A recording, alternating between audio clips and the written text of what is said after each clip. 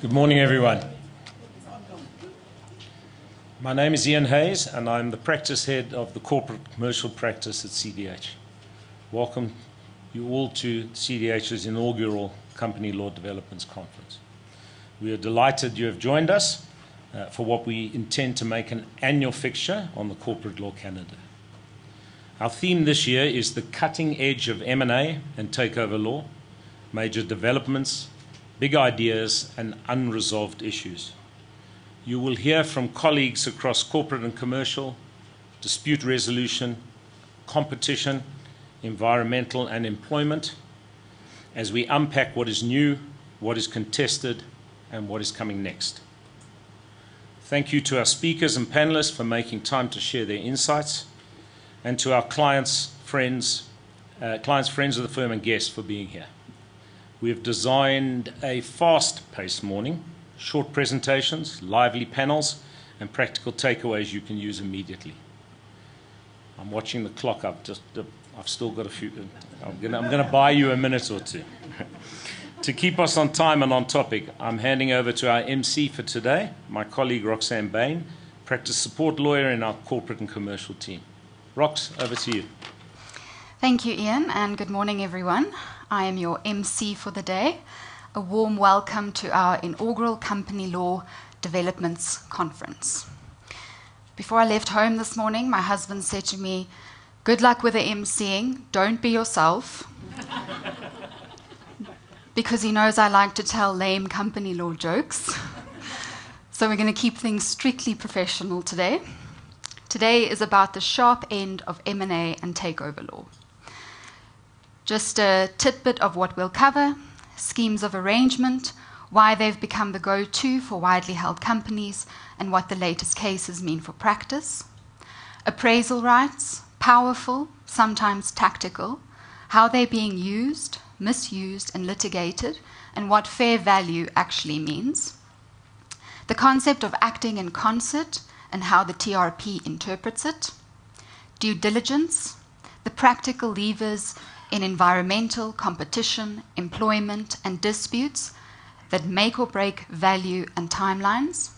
And public interest in merger control, the Competition Commission's policy direction, how employment and BEE considerations are shaping conditions, and what companies can do in the wake of that. Quick housekeeping, we're going to move briskly. Please hold all questions for the Q&A session towards the end. There's a tea break midway through where you can stretch your legs and refuel. Okay, so let's dive straight in. Schemes of arrangement in terms of Section 114 of the Companies Act. The two-stage court approval is gone. The remedy path and class questions have evolved, and there are still intriguing questions on prospectus requirements, insider trading angles, and the unicorn of the hostile scheme. To set the scene, please welcome Yaniv Kleitman, Director in our Corporate and Commercial Practice at CDH. Yaniv will take us through the key developments and where practice is heading. Yaniv, over to you.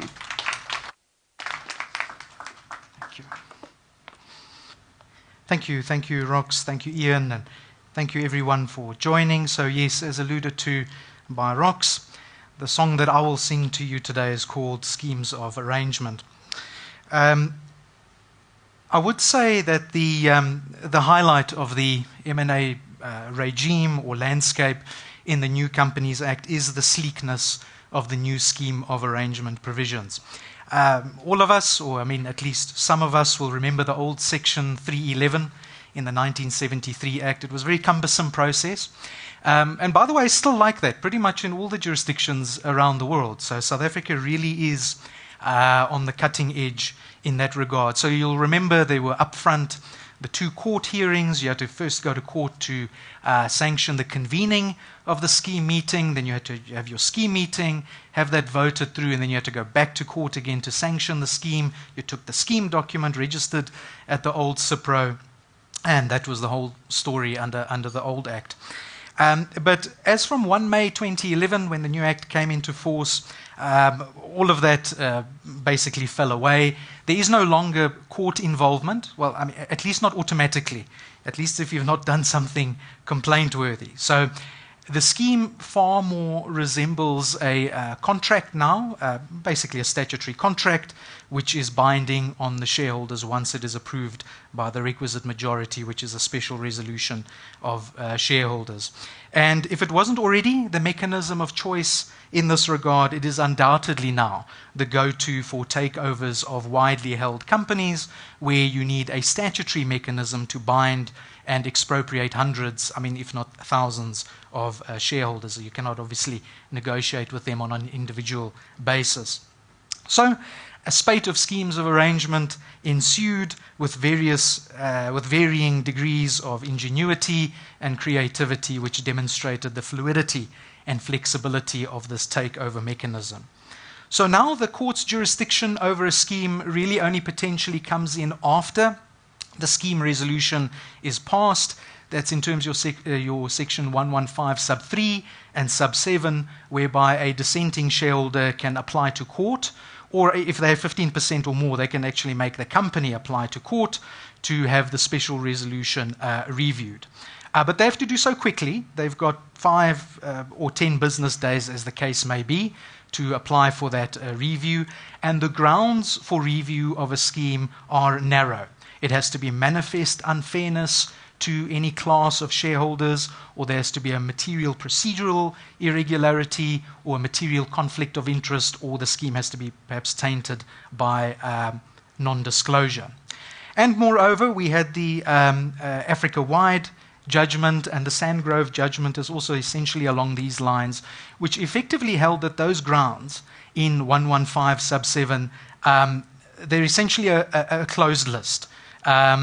And those are really the only grounds upon which you can attack or challenge a scheme of arrangement once it is voted through. Perhaps other than common law fraud. And also there have been case law developments which have held that the courts have no jurisdiction to grant an extension or a condonation for the time periods. The dissenting shareholders have to stick to those time frames in the Companies Act. And the rationale for that being that commercial certainty outweighs the interests of the dissenting shareholders in that regard. You've got thousands of shareholders that need to know it's a done deal once you've gone through the procedures. So that makes a scheme even more attractive because one has comfort, firstly, that 115 sub 7 is essentially a closed list of potential attacks or challenges against the approved scheme, and you're also out of the woods once those time periods have expired for a review. Then the other nice development that we had, that was a bit of a Christmas gift they gave us over December, that was the Companies Amendment Act, which partially came into force, and it killed that debate around the 5% buybacks, the one-on-one buybacks, whether those are schemes of arrangement and whether they're subject to appraisal rights and takeover law and all of that. By one-on-one, you are dealing with one counterparty shareholder or two or however many, but it's on a consensual contractual basis. There's no cram down or expropriation, which is at the heart of a scheme.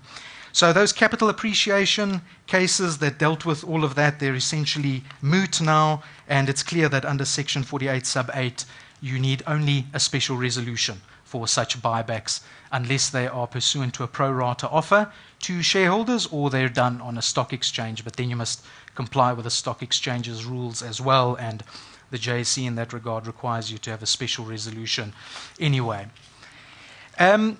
A point which was latched onto very soon after the Act came into force is, if you have a target company that has different classes of shares, do you need separate class meetings when you're conducting the scheme vote? So the new Act talks only about a special resolution of the shareholders. Yet, whereas the old Section 311 and a lot of the common law that built up around that was pretty emphatic about the fact that you did need to have separate class meetings. Now, it doesn't take a rocket surgeon, that's what my school teacher used to call it, a rocket surgeon, to realize that the control dynamics and the deal certainty will hinge quite fundamentally on whether you can scrunch all the classes of shares into one combined vote, or whether you need to fragment it into separate class meetings and get 75% out of each class. So which way would the courts go on this? Would they go for minority protection or majority rule? And that's where we had the Sandgrove judgment that came through. That was the Distell-Heineken scheme. The question there being, could Remgro, as the sole holder of the B shares in Distell, now those were just voting shares, okay, they had no economics attached to them, they were only voting shares, and the question was, could those B shares vote together with the ordinary shares at a combined meeting of Distell? That was the scheme meeting. And the court there held yes, you can vote together, but not because the Act has done away with class meetings, okay? Class meetings are still a thing. And maybe that's not so immediately obvious or glaring from that judgment. I think that's the first point to understand, is that class meetings are a potentiality and they are still relevant. It's just that you have to ask a second question, which is, are the various classes' rights so different that they cannot realistically sit in the same room and consult together with regard to their common interest? And so it's the lawyer's favorite answer. It depends whether you need separate classes. One looks at a combination of factors, namely the share rights and the treatment of the classes under the scheme. Are they all perhaps being expropriated, albeit for a justifiably different cash consideration? Then possibly you only need one combined meeting. They can all vote together. But if you have a scheme maybe where one class is staying in or is being converted into some other form of security and another class is being yanked out for cash, then you may well need both a combined meeting of everyone and a separate class meeting with 75% being voted through in each class. And of course, an important starting point, I would suppose, is have a look at the MOI of the company. Does it also regulate that there have to be separate class meetings? Okay, but so we have got clarity on the classes point, but I think some big questions remain which continue to exercise the mind, and in respect of which we need a bit of a Rosetta Stone from the courts, or even better, it would be nice if the legislature would clarify these aspects. You will gather from my answers to these questions that we corporate lawyers are a conservative bunch, but it's not breaking news. Okay, firstly, in a share-for-share scheme, do you need a prospectus? It's a vital question which can severely impact the timing and the strategy. A prospectus is a potentially massive document. You've got to then go register it at CIPC. So it's normally not very nice news to get that you need a prospectus on your transaction. So this is obviously a very common construct. The offeror offers a combination or alternative of cash or shares in itself as consideration to the offeree shareholders. The offeree shareholders number in the thousands. I mean, they are shareholders of a listed company. They hold freely tradable stock. So are they members of the public, though? Because that's the critical question. If they are members, regarded as members of the public or a section of the public, then you are in prospectus territory. So under the old Act, we had the famous Goldfields versus Harmony. That was a tender offer case where the court held that no, those target shareholders are not the public. They are holders of a specific class of property, and therefore you do not need a prospectus. Many academics and ultimately the legislature, they didn't really like that result, and so the definition of offer to the public in the new Act suddenly had a new friend, and it was holders of any particular class of property. So they went into that case, they cut and pasted that, and now a section of the public includes those who are selected as members of a particular class of property. And I suppose one could argue, though, whether a scheme is an offer for Chapter 4 prospectus purposes, because it's not your classic or traditional contract law offer and acceptance. It's more of a sort of statutory expropriation machinery, but I've not really seen anyone test the bounds of that argument. So, upshot, yes, you do need a prospectus in those share-for-share schemes if the target shareholders are very dispersed in number, unless the shares you are offering, unless the offeror is itself offering listed securities, but then you must just check whether that's the IPO, the first time it's making a public offer, then it does need a prospectus. So for listed shares, no prospectus except if it's the IPO. Okay. Then the last point I just want to make is on, I call this the unicorn that some bidders are looking for, especially the rejected ones. It's called the so-called hostile scheme of arrangement. What do I mean by that? So a hostile scheme of arrangement is something that is not driven or initiated by the board of the target company, but is driven perhaps by an outsider or a shareholder of a company. Can they do that? Under the old Section 311, it was a theoretical possibility because that section said either the company or a shareholder could apply to court to convene a scheme meeting. But I think under the new Act, though, almost everyone understands broadly that a scheme is for friendly transactions because you need the board of the target to propose and implement it. I mean, that's the plain text of Section 114. It says that the board can propose and implement a scheme. If the offer goes hostile, then the typical route for the offeror is to do a general or tender offer directly to the shareholders. But, of course, a scheme gives you greater certainty of getting to 100% because it has a squeeze out of 75% of votes exercised at a core rate meeting. Whereas a general or a tender offer is far more unpredictable in that regard, and it has a much higher threshold of 90% of offerees, and the offeror typically wants to get to 100%. So the general offer is far from ideal. So can an offeror pressure or force the target company into doing a scheme by making a firm intention announcement that it, the offeror, is ready, willing, and able to do a scheme? Is the target frustrating an offer under Section 126, unlawfully frustrating it by not cooperating and going ahead with the scheme? Can we even push it further? Can a shareholder who holds 10% or more of the shares, or a group of shareholders that collectively hold 10%, can they go under Section 61 sub 3 and requisition the board and demand it to call a meeting to consider and vote through a scheme? I think those are all fascinating questions, but I think the conventional wisdom is that doesn't really work. Section 114 is arguably saying that it is the board and the board only that has the sole discretion whether to propose and implement a scheme. And until it agrees to do so, the offeror might be willing, it might be ready, but it is not able to proceed with the offer because the offer mechanic that it has opted for, the scheme, is inherently reliant on the target board's cooperation. And then as for the non-frustration duty in Section 126, I often hear that argument, but isn't the board there depriving the shareholders of their opportunity to consider the merits of the offer? I mean, that's what Section 126 is about. But I think Section 126 is more about passivity on the board's part, to sit back and allow the shareholders to consider the offer. So there's nothing stopping the offeror there from launching a direct offer to the shareholders by way of a general offer. I don't think Section 126 is saying the board must now jump and take all proactive steps to facilitate a hostile bidder's offer. So, but look, we don't know for sure. We still need case law on that point. I haven't seen a unicorn. Doesn't mean it doesn't exist, but for now it seems that the scheme is available only for friendly takeovers. All right, that's what I have on schemes. Thanks, everyone. And over to Rox to segue us into the panel discussion. Okay, thank you. Thanks all.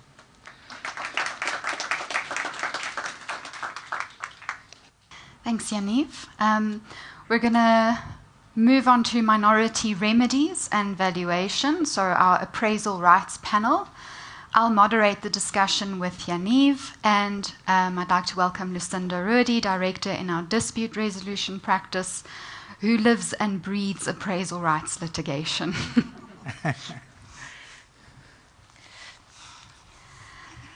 Okay, so Yaniv, let's start with you. If you could maybe set the scene for us, what are appraisal rights and when do they fit in? Yes, so Rox, appraisal rights really were a highlight when the new Act came into force.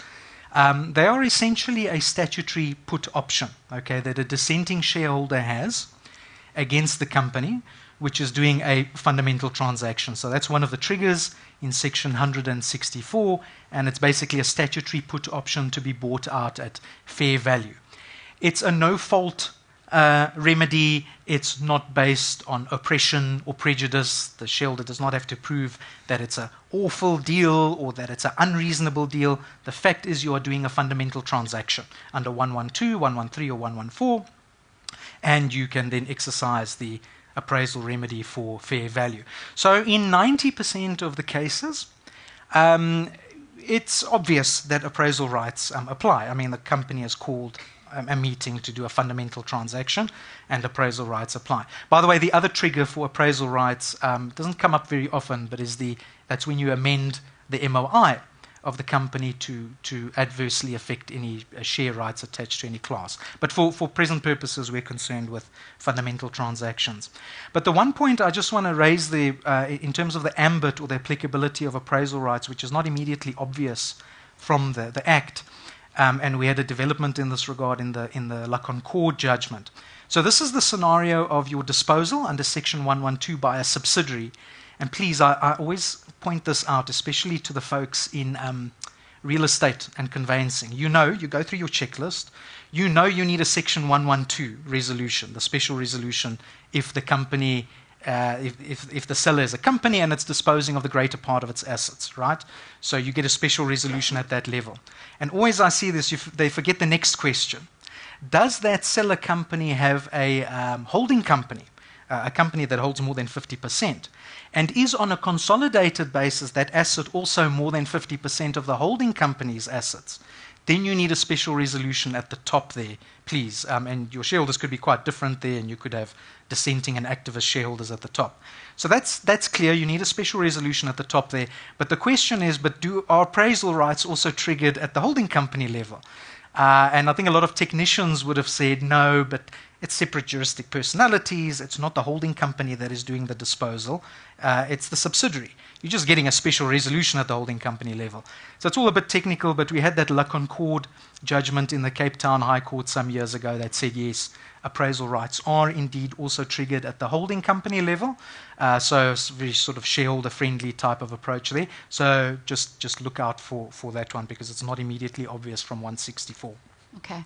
So appraisal rights seem to be quite a powerful tool in the hands of a dissenting minority.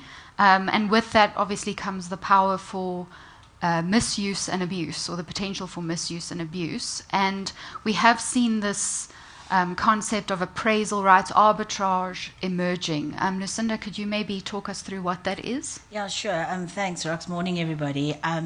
What is quite interesting is appraisal rights were introduced by the 2008 Companies Act, and up until today, we have no more than 10 reported judgments, only 10 reported judgments.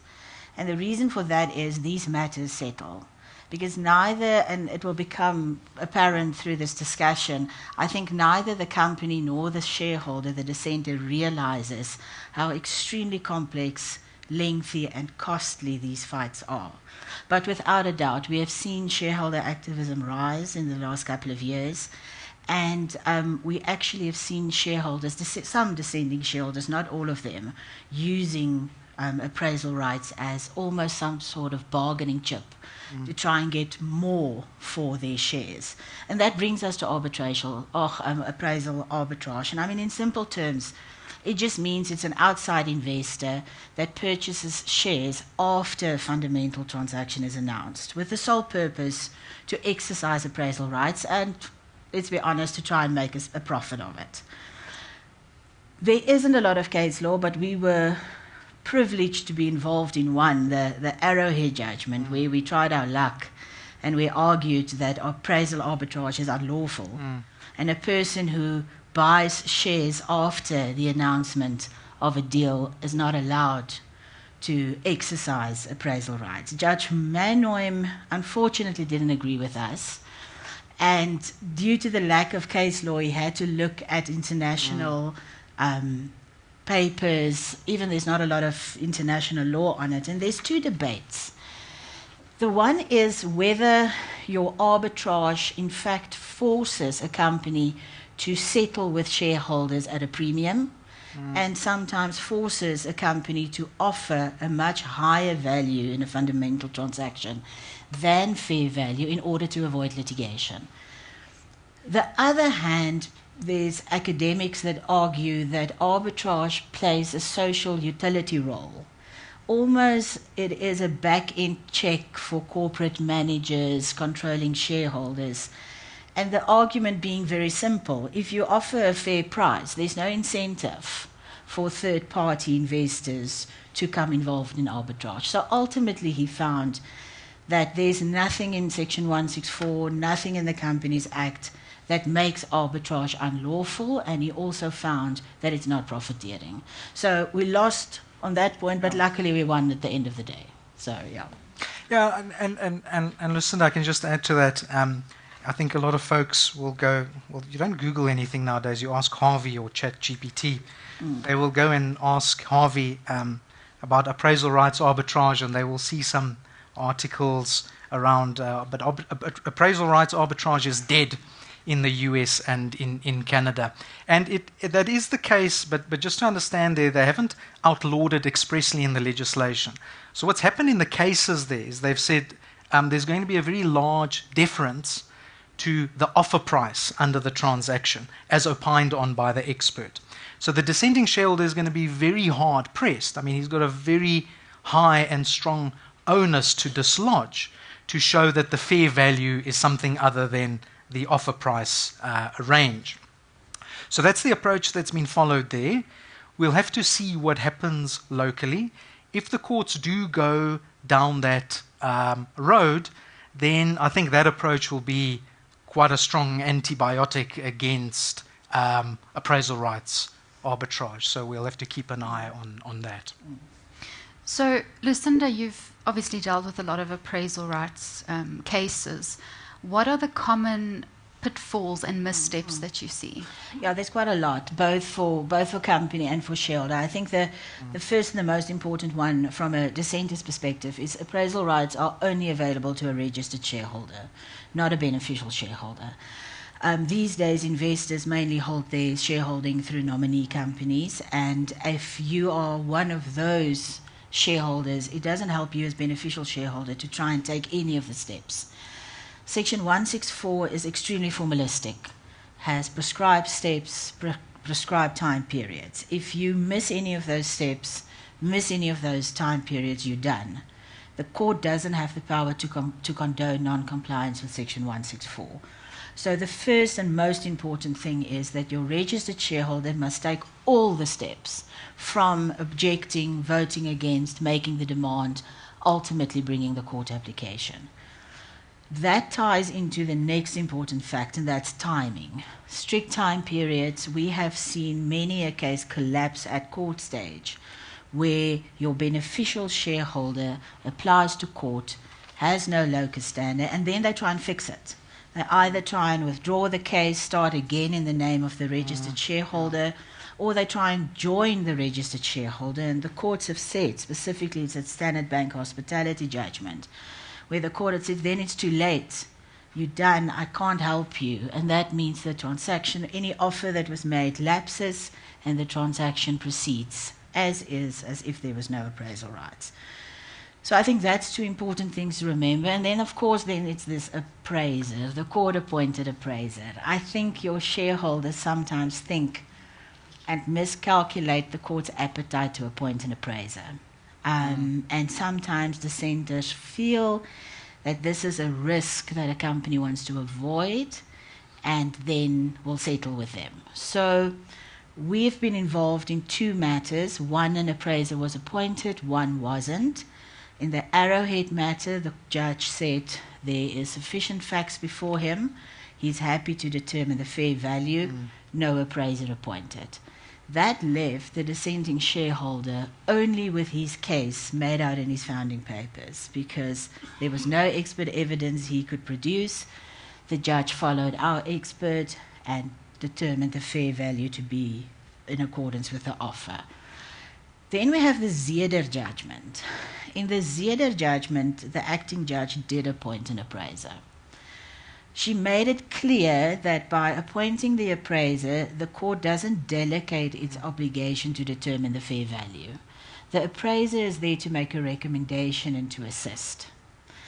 And that is why in your 164 litigation, you will find the first thing a dissenter asks for is the appointment of an appraiser and a full disclosure of documents and information. If an appraiser is appointed, the appraiser then goes through the entire process of doing the investigation, doing the report, and making its recommendations to the court. But that's not the end of the matter. The parties can then still attack the appraiser's report, put their own expert evidence before the court, and then fight about fair value. So having an appraiser appointed is not this smoking gun any shareholder thinks it is. And then again, in Zeeder, we got our order in December 2021. 18 months later, we have still not been able to appoint an appraiser. Because first the parties fought about who the appraiser must be.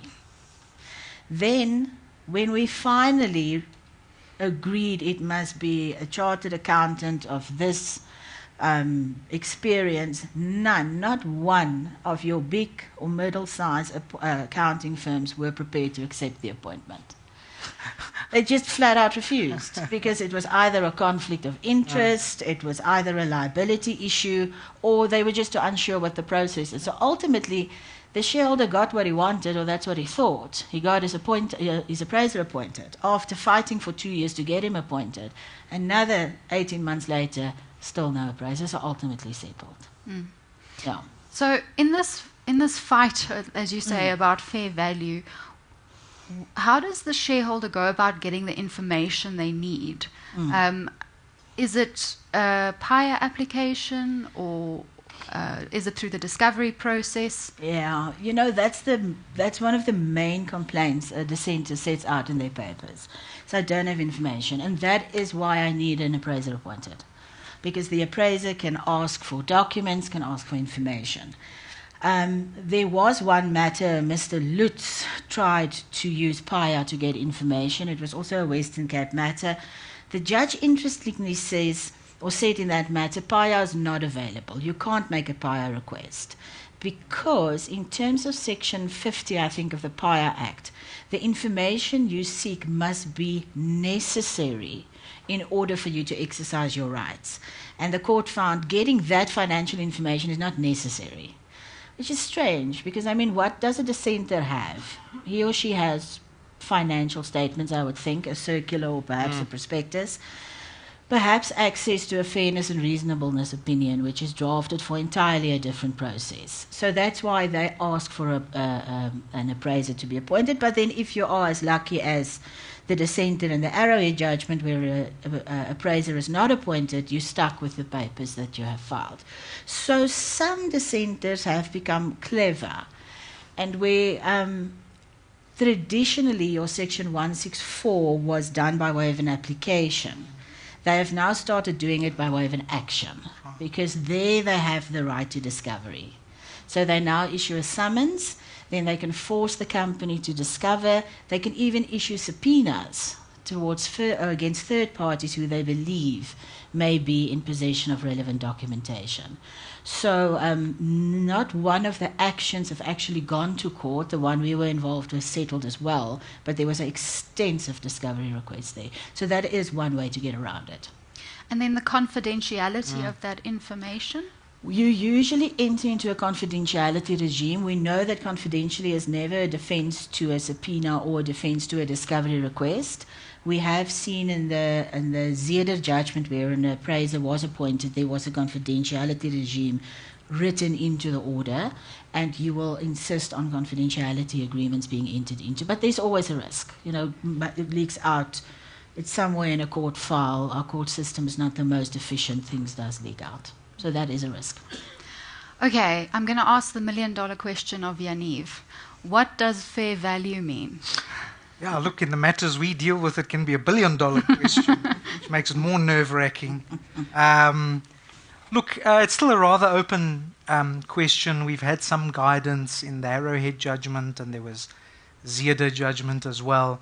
It seems the courts would apply multiple valuation methodologies, those ones that are accepted in the commercial world, discounted cash flow. The DCF, when you look at the cases in Delaware especially, they have a very rich jurisprudence on appraisal rights and is probably very persuasive for our purposes, and there they are essentially DCF junkies. But you would probably look at various other methodologies as well: price earnings multiples, NAV, willing buyer, willing seller, discounted dividend flow, etc. And probably you would run those various valuations and then maybe apply a weighting to each one and say, okay, DCF, I'll give that 40%, and NAV, I'll give that 10%, and you arrive at a sort of an answer. So that seems, there are sort of clues in the judgment that that's the way the courts would go. I mean, what is clear from the Arrowhead judgment, for instance, is that NAV is not an appropriate methodology for a REIT, for instance, a real estate investment trust, because their investors are relying on income stream, and so it's forward-looking income stream methodologies that would be more appropriate and relevant there, not NAV. But just one point on that fair value, sometimes this point is missed, is that the fair value is pegged as at the general meeting date, or basically immediately before you pass that special resolution which approved the fundamental transaction. Now, if you're going to litigate as a dissenting shareholder and try prove a higher value and spend months and years in the courts, and ultimately maybe get a valuation from an appraiser at the end of the process, that appraiser is still valuing it as the shares were at the time of the general meeting, not at the time the appraiser determines it. And in the meantime, maybe the share price has rocketed. I mean, by the same token, it may have tanked as well. I mean, I take that point. But the legislation takes that into consideration. They understand that concern. And so there's an interesting provision there in Section 164 that says a court can also order a reasonable rate of interest. That's the phraseology there. A reasonable rate of interest to run from the general meeting date to the date that the valuation is determined. And Lucinda, I mean, you had a reported case, I think it was a year or two ago, where the dissenter had proposed quite a creative interest rate. I don't know if you want to. Yeah, that was the Arrowhead judgment, where in the notice of motion the dissenter asked just for prescribed legal rate, prescribed interest, and then in the heads of argument it came up with this argument that traditional interest, because of the time lapse, it's going to undercompensate a dissenter and it's going to overcompensate a company. And the dissenter then wanted interest at 15.5% per annum compounded. So we did the calculation, and the court already by that time found in our favor, saying that the fair value is what the offer price was. So the fair value that was payable to the dissenter was 12.3 million, I think. And on that interest rate, the interest would have been 7.8 million. So, I mean, it's just completely disproportionate. And the dissenter argued and said that, well, you must use the Delaware principle. He was very, very in love with Delaware at that stage, saying that it's this capital asset pricing model where you look at the cost of equity by adding the risk-free rate with the equity risk premium, and that will be more reasonable. Luckily for us, the judge disagreed, ultimately just granting simple interest at the prescribed legal rate. It was still a considerable amount of money having regard to the time span. But the court there confirmed that, because we also argued maybe we must look at the conduct of the parties, because this was the one where we tried to push the arbitrage point as well. And the court said when it comes to interest, although the court has a discretion to award interest or not, the court doesn't look at conduct. That comes in at the cost order. There the court looks at what was the offer that was made, what was the ultimate outcome. So in this instance, it was the reasonable rate of interest was just normal prescribed rate, simple interest. And again, that almost circles back to the first question, is appraisal arbitrage worth it? And I think that is something that a dissenter must think of very carefully, because you have your money locked up possibly for years, only to get a reasonable rate of interest at the end of the day. So it must be careful consideration. And then in Arrowhead, the judge ordered that the dissenter must pay our costs, which was also a considerable amount of money. So I think in Arrowhead, the dissenter was not happy when it walked away. It wasn't a profitable venture. That was not a profiteering venture, which it apparently is not according to our courts. Yeah, and Lucinda, I would just like to come in there. I mean, obviously, so you've got the principal amount that will be ordered, the fair value, you've got this interest, which may or may not be a substantial amount. So you could be working with quite a chunk of change here that would have to be paid by the company to the dissenter, potentially. I just want to mention there that that payment that is made to the shareholder, it's not treated as a distribution or a buyback for purposes of the Companies Act. So solvency and liquidity test does not apply. And so the company can't plead that it will not comply with the solvency and liquidity test in Section 4. There is a mechanism, though we've not seen this tested in the courts as yet, but there is a mechanism specifically under Section 164 for the company to ask the court for a just and equitable order, for instance, to pay that fair value and the interest in installments or whatever the case may be, so that the company still has the liquidity to pay the creditors. Okay, so Section 164 does still recognize that creditors must always stand first in the queue ahead of shareholders. But creditors are not necessarily protected by the solvency and liquidity rule in that regard. There's just a special order that the court will have to give where the company is sort of pleading poverty in that regard. I mentioned it's not a distribution or a buyback for Companies Act purposes, but interestingly, I looked at this, the definition of distribution, well, dividends in the Income Tax Act is not exactly aligned with the Companies Act. So the Companies Act, in its definition of distribution, has a specific carve-out. It says appraisal rights, it's not a distribution. It's not subject to that. When you go and look at the dividends definition in the Income Tax Act, you look for that carve-out. It's not there. So it's treated essentially. Okay, I'm going to stay in my lane on this one, but it could either be subject to dividends tax, or if it comes out of contributed tax capital, then maybe there's capital gains issues there. But you may find if you're paying that amount to someone that isn't a company, that isn't exempt from dividends tax, the company may have to withhold dividends tax on that payment. So just look out for that as well. And Yaniv, this obviously can throw quite a spanner in the works. Is there a way for a company to bypass it all and put into the MRI appraisal rights are waived? No, nice try, but that's almost universally accepted that such a clause would be invalid. And I mean, Section 164 is also an unalterable provision. Look, what you can do is, with respect to a specific transaction, the specific facts, and you've got pricing and everything, then you can go to shareholders to ask them to waive their appraisal rights on the basis of specific facts. You can't write a general thing in your MOI that shareholders can't exercise appraisal rights. And I normally recommend that it's this whole point, it's quite an interesting practical point. Can you pass these special resolutions for fundamental transactions? Can you do it by round robin instead of having to do it at a meeting? And the conventional wisdom on that is no, you cannot do it by round robin. You've got to have a meeting, because appraisal rights don't work if you do a round robin. The whole mechanism doesn't work, because you've got to have the person's got to put the dissent in first, then they've got to come to the meeting, then they've got to vote against, then there's X number of days afterwards to exercise the demand, etc. So point is, appraisal rights don't work if you have a round robin, so you've got to have a meeting. But I believe, and I'm very comfortable with this view, that if you have all of the shareholders unanimously pass that round robin resolution, and they waive their right to have a meeting, and they waive their appraisal rights with regard to that specific transaction, then I think you can do that by round robin. I think that's about as far as you can go on waiving appraisal rights. Yeah. Okay. Thank you very much, okay. Lucinda. Thank you, Rox. Okay. Thank you. Pleasure. Thank you.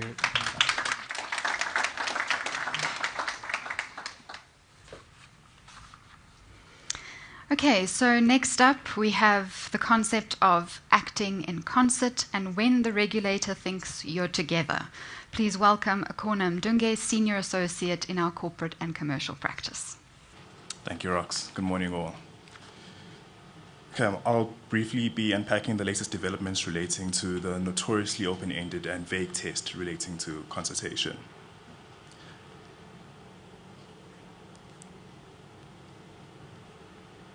So let's start with the definition of acting in concert, and we find this definition in Section 117 of the Companies Act, which defines acting in concert as any action pursuant to an agreement between or among two or more persons in terms of which they cooperate for the purpose of entering into or proposing an effective transaction or offer. So this concept finds itself primarily in the area of takeover law, and so it is relevant to understand the concepts of fixed transactions and regulated companies. Broadly speaking, the test to establish whether parties are acting in concert will fundamentally need to establish three principal things. One, whether there's an agreement between the parties, which agreement does not necessarily need to be in writing. A mere meeting of the minds in this regard would be sufficient, coupled with an act of cooperation, such as, for example, the acquisition of securities in the entity, and the purpose of which must be for the entering into or proposing an effective transaction or offer. Other than that nuanced test, the takeover laws also presume that certain parties are acting in concert with each other, and this is a rebuttable presumption. In this regard, related or interrelated persons are presumed to be acting in concert unless there is satisfactory evidence that they are acting independently. A company is presumed to be acting in concert with its directors, any company controlled by one or more of its directors, and any trust where the directors are also the trustees or beneficiaries of the trust. A company's pension, provident, and share incentive scheme are also presumed to be acting in concert with each other. So let's break up effective transaction and regulated companies. So our effective transactions are fundamental transactions, being the scheme of arrangements that Yaniv spoke to in the beginning, your 112 disposals of all of the greater parts or assets or undertakings of your company, as well as your statutory amalgamations and mergers under 113. In addition to that, you also have your mandatory offers, your general offers to shareholders, and your squeeze-out arrangements. And that puts us into the definition of whether or not we're dealing with an effective transaction. And that effective transaction must be entered into or proposed in relation to a regulated company. And in our context, that will be all of your public companies and certain private companies. As an aside, it's always worth mentioning the major non-development, or to borrow from Yaniv's terminology, the non-Christmas gift that we did not receive last year relating to the amendment of what is a regulated private company. And so we're still stuck with the 24-month/10% rule, transfer rule, in respect of private company. So when the amendment does come into force in effect, which we don't know when that will be, it will have the effect that regulated private companies will be private companies with 10 or more shareholders, plus a financial interest test on assets and turnover, which is yet to be prescribed. So we're dealing with this very broad definition of acting in consultation, which should capture a wide range of persons. And so it is always important when looking at that definition to look at it from the context of the mischief in which it was introduced to achieve. And so it's always important to go back to the origins of the introduction of the definition, which found its context in mandatory offers. So it was a simple anti-avoidance provision in that an acquirer could circumvent the 20%, 30%, or 35% rule, depending on which jurisdiction you are working in, relating to the triggering of a mandatory offer, by splitting out its acquisition between itself and its camp entities. So no one in and of themselves alone would hold 35% of the voting rights in the entity, but together, when they were aggregated, such mandatory offer would have been seen to be triggered. So obviously the legislation needed to immediately plug the gap by aggregating the interests of concert parties, thereby triggering a mandatory offer. The TRP's recent interpretations of this definition are also important to note. In our engagements with them over the years, they've always resisted relying on interpretations of acting in concert arising from foreign jurisdictions for a multitude of reasons. And so we accordingly remain bound by the provisions of the text of the Companies Act, the regulations, as well as the previous rulings which have emanated. Interestingly, when we engaged with the TRP for training purposes recently now in August with the University of Johannesburg, they shared their interpretation of acting in concert with us. And they've indicated in this regard that they've moved away from more restrictive interpretations, which have previously emanated from rulings of the TSC and sometimes previously, to views which better serves the regulatory objectives of the Companies Act, which is primarily the protection of your minority shareholders in this regard. The TRP's argument is that previous rulings focused on fragmented, isolated agreements and their immediate purposes, and that such narrow approaches to the interpretation of acting in concert risk creating artificial barriers which could be circumvented and exploited, and which would undo the protective frameworks that have been put in place by the Companies Act. The approach now adopted by the TRP seeks to ensure that the true commercial substance of combined actions, rather than their fragmented legal form, determines the regulatory outcomes and the interpretation of these definitions. So what does it all mean? So what if two parties are in concert? So the consequences in this regard range from mere notification and announcement obligations to more extreme circumstances. So from the pure notification and announcement obligations, which we find in Reg 107, concert parties must be announced so that everybody knows who's actually acting in concert. This notification must be made within 5 days of the forming or ceasing of the consultation to the TRP, and must also be announced to the other shareholders. Notification and announcement requirement. Secondly, when doing an effective transaction by way of a fundamental transaction, being your 112, 114, and 113 transactions, the votes of the concert parties of the acquirer are sterilized. What this fundamentally means is that any party acting in concert with the acquiring party or any acquiring party's related person will be precluded from voting on the special resolution to approve that fundamental transaction. As alluded to previously, the main mischief which consultation seeks to address is the triggering of mandatory offers. So in this regard, under our law, if concert parties or any of them acquire securities and the acquisition causes the concert parties to collectively hold more than 35% of the voting rights in a regulated company, the concert parties must make a mandatory offer to the remaining shareholders. The obligation arises if the parties were not already collectively entitled to exercise at least 35% of the voting rights, and one of them subsequently acquires that right, or aggregated, they acquire that right. The real sting, though, is found in Regulation 111 of the company's regulations, in that if a concert party happened to acquire any shares in the target in the 6 months prior to the offer, the highest price paid sets what's referred to as a floor, essentially being the minimum price for the ensuing offer. In other words, an offerer may get the surprise that it needs to offer substantially more under its offer because one of its concert parties previously brought some shares either on or off the market at a price higher than that which is set out in the offer, and that transaction happened within the last 6 months. Practically, we are often requested to advise on what this means in the context of irrevocable undertakings. So what do we know in this regard? If a target shareholder gives a mere undertaking to support that offer, would that be consultation? It seems clear from having regards to Goldfield's ruling back in 2005, such an undertaking would not be consultation. In this regard, the irrevocable undertaking given by the target shareholder is done and produced in accordance with its own independent investment decision, and it therefore cannot be seen to be in the same camp as the offerer. So mere irrevocables are fine. Let's change it up slightly. What if the irrevocable goes a step further? In an offer where, say, the consideration for the shares consists of cash and an alternative of shares in the BidCo entity, being the share exchange, the BidCo entity may want the target shareholder in question to contract itself to take the share consideration and not the cash to be offered. In that case, what you find is that the target shareholder and the BidCo entity don't actually fully part ways, as you find with the cash consideration. The TRP has had to face this query on many occasions, and we've had much toying and froing with them on this topic. But it seems, tentatively speaking, and all things being equal, the most recent view from the TRP in this regard is that this would not be consultation. Lastly, a variation on this theme. What if an irrevocable is given to not accept the offer and to remain in the target company? One can appreciate that there's a consortium-like feel to that kind of approach.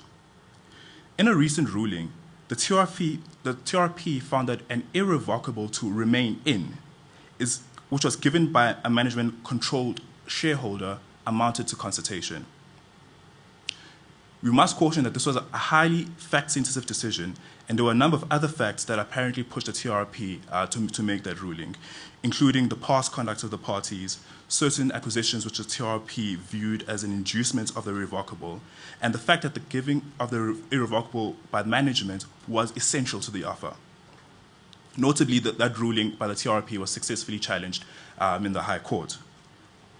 Accordingly, we are of the view that that TRP ruling is not in itself authority that a mere remain in irrevocable without changing anything in the atmosphere of the negotiations between the parties is itself a view that such an irrevocable would amount to consultation. What is clear, though, is based on the definition of acting in concert, it does not have to be shown necessarily that the parties are looking to obtain control. The other was perhaps a viable argument under the old SRP code because of the definition of a fixed transaction at the time, which was largely control-based. Under the current definition of fixed transaction, you can implement an fixed transaction without actually a change in control, such as a buyback implemented pursuant to a scheme of arrangement. Accordingly, any cooperation towards an fixed transaction is a candidate for acting in consultation. All the more, the parties should pay extremely close attention to this matter at the outset of their transaction and be extremely careful in their dealings and associations between an offerer and a particular target shareholder. Thank you, Rox.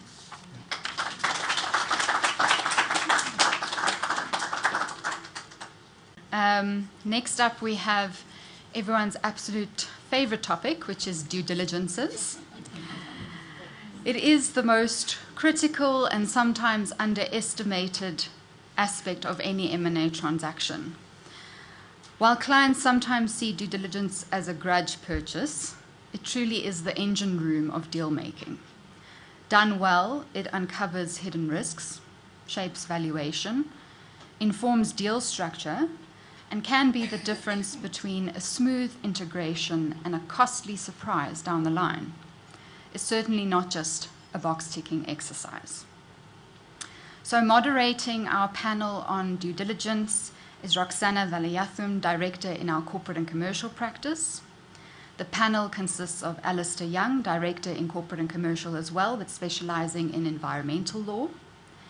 Imran Mohammed, Director in Employment. Lebohang Mabadikane, Director in Competition.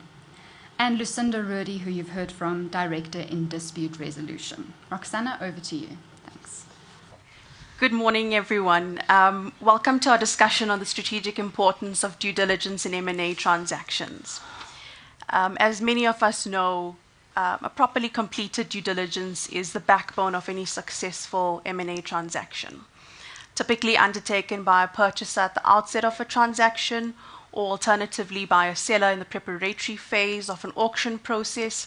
It is a tool used to assess the operational, legal, financial, and strategic health of a business. We are going to explore a few themes this morning in relation to due diligences and how it plays across the competition law, employment law, litigation, and environmental law spectrums. And we're first going to start with Lebohang, and we're going to look at things from a competition law perspective. Lebohang, can you tell us what are some of the competition issues that you typically identify during a course of a due diligence? Okay. Good morning, everybody. So I think, Roxana, the Competition Act broadly regulates different types of conduct, as most of us know, from mergers, including mergers and acquisitions, cartels, and abuse of dominance. Now, from a mergers and acquisitions perspective, what the purchaser would essentially be looking into is compliance with any mandatory notification obligations that the target may have had in respect of previous transactions that they have engaged in. And essentially the question is whether or not there was notification, because otherwise then there would have been non-compliance. And then in the context of anti-competitive information sharing, which is one of the themes that the Competition Act regulates, a purchaser would be concerned with whether or not the target is engaging in the exchange of anti-competitive, or rather of competitively sensitive information with its competitors. And typically, you know, what's understood about the sharing of competitively sensitive information, is that in some instances it does chill competition between parties, and therefore the question is again whether or not the target has chilled competition between itself and its competitors because of the sharing of that information. And then another theme would be in relation to cartels, which is a more egregious contravention of the Competition Act, where the seller would essentially be trying to assess whether or not the target is party to engagements, rather agreements, to fix prices or trading terms. And then maybe lastly, one would also be looking at issues around abuse of dominance. So the seller would be inquiring, first of all, is the target a dominant firm? If so, is there any risk that there has been contravention of any of the provisions that speak to or that are applicable to dominant firms, such as predatory pricing or excessive pricing? Yeah. And what are the implications of these risks if identified during the course of a due diligence? Right. So broadly, the Act speaks to an administrative penalty of 10% of revenue of parties who may be found to have infringed the Act, the provisions of the Act. And that is basically the yardstick for infringements across the board, irrespective of the specific offense. But what the Commission has done is that it has published a couple of guidelines which basically are meant to assist businesses in understanding how they will then quantify what the appropriate administrative penalty should be depending on the circumstances. What we have seen with experience is that the penalties that are levied for failure to notify a notifiable transaction, for example, in M&A, those tend to be lower than the ones that have been levied in cartel conduct or in abuse of dominance. So I guess the first risk is the broad risk of an administrative penalty. And then when it comes to M&A, the other risk is that the Commission may still require parties to notify a transaction that has already been implemented. Remember, the issue is previous. We're looking backwards into the target's compliance. So the Commission may still require that that transaction be notified, and there's a risk that the transaction in fact may be prohibited, and that obviously then leads to the risk of having to unscramble the egg, so to speak. And the Commission doesn't really, I've never seen the Commission bother itself so much about the fact that the transaction is implemented, right? The question is really about what the competition effects of that transaction are. And if they find that in fact the transaction has or would have had or currently is going to have a negative impact on competition, then they would in fact prohibit that transaction. And in my career, I've seen about one or two of those examples where that has happened. And then in relation to cartels, again, more egregious. So with cartels, there's the risk of, other than the penalty, of course, which is applicable to all the themes that I'm touching on, but with regard to cartels, there's the risk of criminal liability. So the Competition Act basically provides that directors who cause their entities to engage in cartel behavior can be liable for criminal penalty, and I think the jail term is about 10 years, if I'm not mistaken. So essentially, as a purchaser, one of the sort of related risks is that you may be engaging in this transaction, understanding that there is this, great management team, specific directors who've got the expertise, and suddenly that director is the one that's actually facing jail time. So a purchaser, again, would be interested in understanding that risk and weighing it up. And I think finally on the risk aspect is the unquantifiable risk of the reputation of the firm, right? Essentially, the purchaser would be a bit nervous about what the reputation of the target would be once it comes out that it's been involved in cartel conduct. I think more especially as well in the context of listed entities where the share price is sensitive to external factors. Any inkling that there could be enforcement action by a regulator has the potential to essentially affect that investment. In fact, to speak to a real-life case study that we had, Roxana, we acted for a purchaser in a due diligence, and during the due diligence, the purchaser got to understand that the target was being investigated for a cartel by the Competition Commission, and they asked us to do a detailed written opinion on, the prospects of success by the Commission in this particular case. And interestingly, our opinion basically said that the prospects of success are very low. In other words, the Commission, it didn't appear to us on the facts that the tribunal would find against the target firm that it had in fact engaged in cartel conduct. But irrespective of that opinion, the purchaser actually walked away on that alone.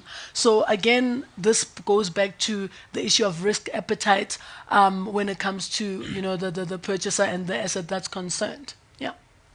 And oftentimes we do due diligences on behalf of potential purchasers where the target company is a competitor. Yeah. They're in the same industry, and there's often a concern in relation to the potential purchaser having sight of competitively sensitive information.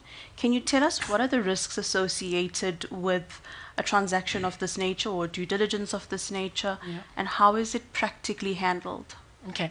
So I think what's important to remember is that both, the acquirer and the target are competitors at the time of the transaction or negotiations around that transaction and the DD itself, right? So they're still competitors. The transaction has not closed. So it means the rules which are applicable, as I've just explained them in relation to the exchange or the prohibition, prohibition against anti-competitive information sharing still apply. So the idea there is to continue as much as possible to carry yourselves or the parties to carry themselves as though they are not in a transaction and they're not seeing what they otherwise wouldn't if it wasn't for the potential transaction that's being negotiated. So the Commission has accepted that there is a tolerance level that it must have for the exchange of competitively sensitive information in a DD process or in a transaction process for obvious reasons, right? You can't buy what you know nothing about, so the purchaser has to at least have some assessment that will tell the purchaser exactly what's going on with that business.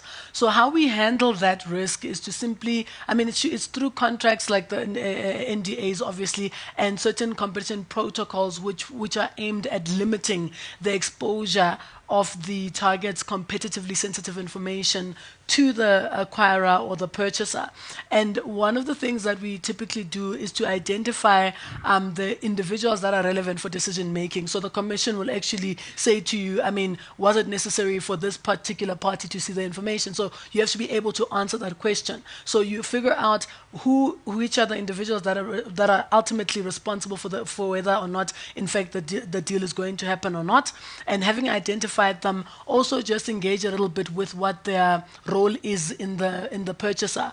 I've always said it's probably more likely that one would worry more about someone who's on the ground on the market, like a sales executive or a sales representative, right? More worried about that than a CFO, for example, because presumably if the transaction doesn't close, the CFO, though knowing the information, is unlikely to actually use that information for anti-competitive purposes, whereas a salesperson may in fact do so. Yeah. Thanks. On to the employment law perspective with Imran. Imran, when there's an asset or business transfer, there's a transfer of employees. Can you tell us what are some of the typical issues that you consider in a due diligence where there's a transfer of employees? Well, thanks, Roxana, and morning, everyone. So in a merger and acquisition, Section 197 would apply in relation to the transfer of employees. But let's demystify what Section 197 is. Essentially, a 197 it's an assignment and cession of contracts of employment. That's essentially what it comes down to. So the statute provides that on a merger and acquisition, the contracts of employment don't automatically terminate as a consequence of the merger. Now, if ordinary common law principles provide that where person X enters into a contract with a seller At the time of the sale of that business, that contract comes to an end. What 197 does is that says there's a statutory cession and assignment of those contracts in a merger and acquisition. And then has an entire statutory regime around that to protect the transfer of those employees. So what's then required from the perspective of a due diligence is to understand what are the material terms and conditions. What are the material terms and conditions of employment that go across from employees of the seller to what will become employees of the purchaser. And to a large extent, what happens to those employees when they come across for the seller, because 9 out of 10 times you've got, let's use the example, in a particular department or a part of the organization, a surplus of employees. What do you now do? So a DD, one of the factors or one of the issues to identify is the oversurplus. You can't, the statute regulates that there may not be a termination of employment in those circumstances, but a seller needs to understand what the position is going to be. So terms and conditions of employment are important because a lot of employment law is also compliance driven. You've got to determine compliance with what's been very topical this year, employment equity. It's going to be very top of mind for the next 5 years. So issues in relation to compliance on employment equity, occupational health and safety, skills development, and the list is almost endless. So there's lots of compliance issues. Then, because employment is also very litigious, as we know, it's important to understand what the consequences are in relation to employee issues, the status of employee issues. So, for instance, are there internal complaints that are on the go? Domestic, so disciplinary inquiries, grievance issues, etc., etc. Because all of that moves across to the seller, and it's as if there were no transaction, and those risks and issues just simply move across. Then you've got litigation claims, and litigation claims that were instituted against the seller would automatically move across to the purchaser and become liabilities for the purchaser.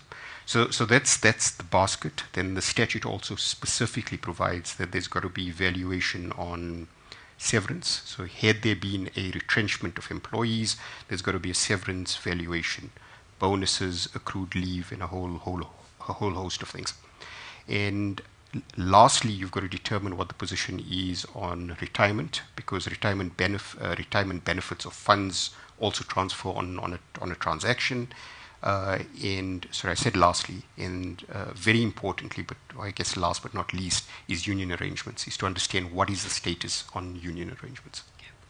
Although it's an automatic transfer, a purchaser may be concerned with the significant financial liability which may relate to the employee transfer.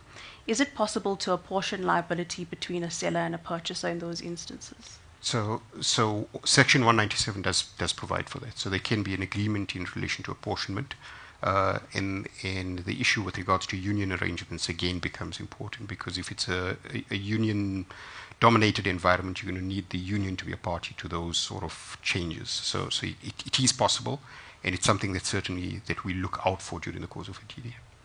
On to a more general question. What are the most typical employment-related issues that are identified in the due diligence? Yeah, open field. Depending on the nature of the industry, a lot of the time is, and we pick this up quite often, are restraints of trade. So in particular industries, there's no question that senior executives have to be constrained by restraints of trade.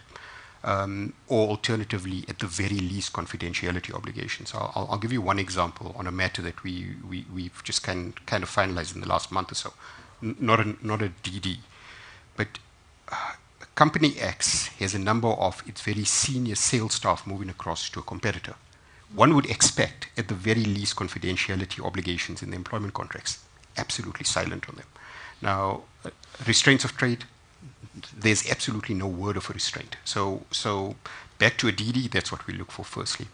Then following the Vodacom-McCarthy matter, the issue with regards to IP is significantly important. We've got to make sure that IP issues are regulated in employment contracts. We've been doing that for a number of years already. We look out in DDs to determine particularly in businesses where IP is sensitive and important, whether there are IP obligations. Union arrangements are something that we pick up on in order to determine liabilities, obligations owed to unions, what are the rights of the unions. POPIA compliance as well, because personal information sits with HR departments, and quite interestingly, and I'm going to stick to my lane, I'm not a data privacy lawyer, but by my analysis internationally, having looked at data breaches, a lot of data breaches actually occur out of HR departments, and it shouldn't actually fascinate us, because a lot of personal employee information sits, REM, gender, political affiliations like union membership, health information, etc., etc. So a lot of that sits with HR, and there can be a data breach there. So we find quite often, we red flag non-compliance with POPIA, and we know the consequences of that in relation to the information regulator and the like. So that's another issue, and the very last one would be with regards to retirement obligations, because sometimes you would have a transfer of a retirement fund from the old employer to the new employer, and then there's a union fund on the other side, and you've got to determine whether or not there's a likelihood that a union may make a demand that there be a transfer into its fund. So that's something that's looked at. There is an opportunity to fix some of these issues prior to concluding a transaction, though. And one of the points you mentioned relates to the restraint of trade. Would you typically recommend, specifically in relation to key employees, that a new restraint of trade is concluded prior to the implementation of the transaction as a safeguard, specifically in relation to key employees? I'd say yes. So I'm giving you a lawyer's answer here. Yes, but it's difficult in the circumstances. And can you build it in as a CP in a transaction? Yes. In certain instances, almost without a doubt. And I'm going to give you an example of a matter we're currently involved in, not DD related. A business is bought at about a value of, I think it was about 250 million rand. No DD, absolutely no DD. When it comes across to us, the entire issue is with regards to a change to restraints of trade. That's what the matter relates to. When it comes across to us, the demand, and we're acting for the executives in this matter, so we're not acting for either of the entities. The demand on the part of the purchaser was a change to their conditions of service with regards to their restraints of trade, which we said we were not prepared to do. Now, I'd said to these executives, because they had come across from the old employer, where's the due diligence report? Because that's what I was looking for. And they said, due diligence? Well, certainly no due diligence in this matter. And I didn't make this up for the purposes of this panel, but I mean, I was shocked when I asked the question, where's the due diligence report? That there was none, because that should have been picked up. So to answer your question, on that transaction, had a due diligence been done, they would have realized that your key employees who don't have they've got very limited restraints, they needed to be sorted out, and it should have been a part of it. It should have been a CP to the transaction. Yes. Okay. I think that's a clear issue in terms of where failure to conduct an employee-related DD has had material post-merger implications. Can you think of any other examples where this could be the case? There's something that, and this is HR speak. It's this concept, and it's a universal HR speak. I've come to realize it's called this concept of harmonization of conditions of service. And we do, during the course of a DD, determine pre-transfer, post-transfer, what are the conditions of service, because the Act requires that the cession and assignment be on the whole not less favorable. So the employees must come across on the whole not less favorable. So you can imagine that you've got a basket of employees that are coming across into the target company are now in a new organization on their old conditions of service, on the whole not less favorable, but those conditions of service now need to be harmonized with the conditions of service of similarly placed employees in the new entity. That's what needs to happen, and a lot of that gives rise to post-integration work, which generally occurs, or it's picked up in a DD report, and typically needs to be picked up soon after the transaction or close of the transaction. Thanks, Imran. We're going to move on to the environmental perspective with Alistair. And Alistair, we're going to ask you, what are some of the typical red flags that you identify in an environmental due diligence? Yeah. Morning all, and thanks, Roxana.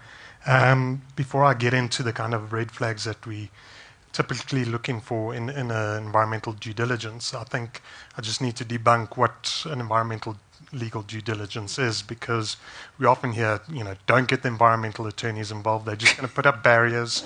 They're going to cause delays, and we don't want the greenies sniffing around. So I think just to debunk what we actually do and what we're looking for is, well, first we need to identify what the scope of the activities of the target are. Is this a mining entity? Is it an industrial entity?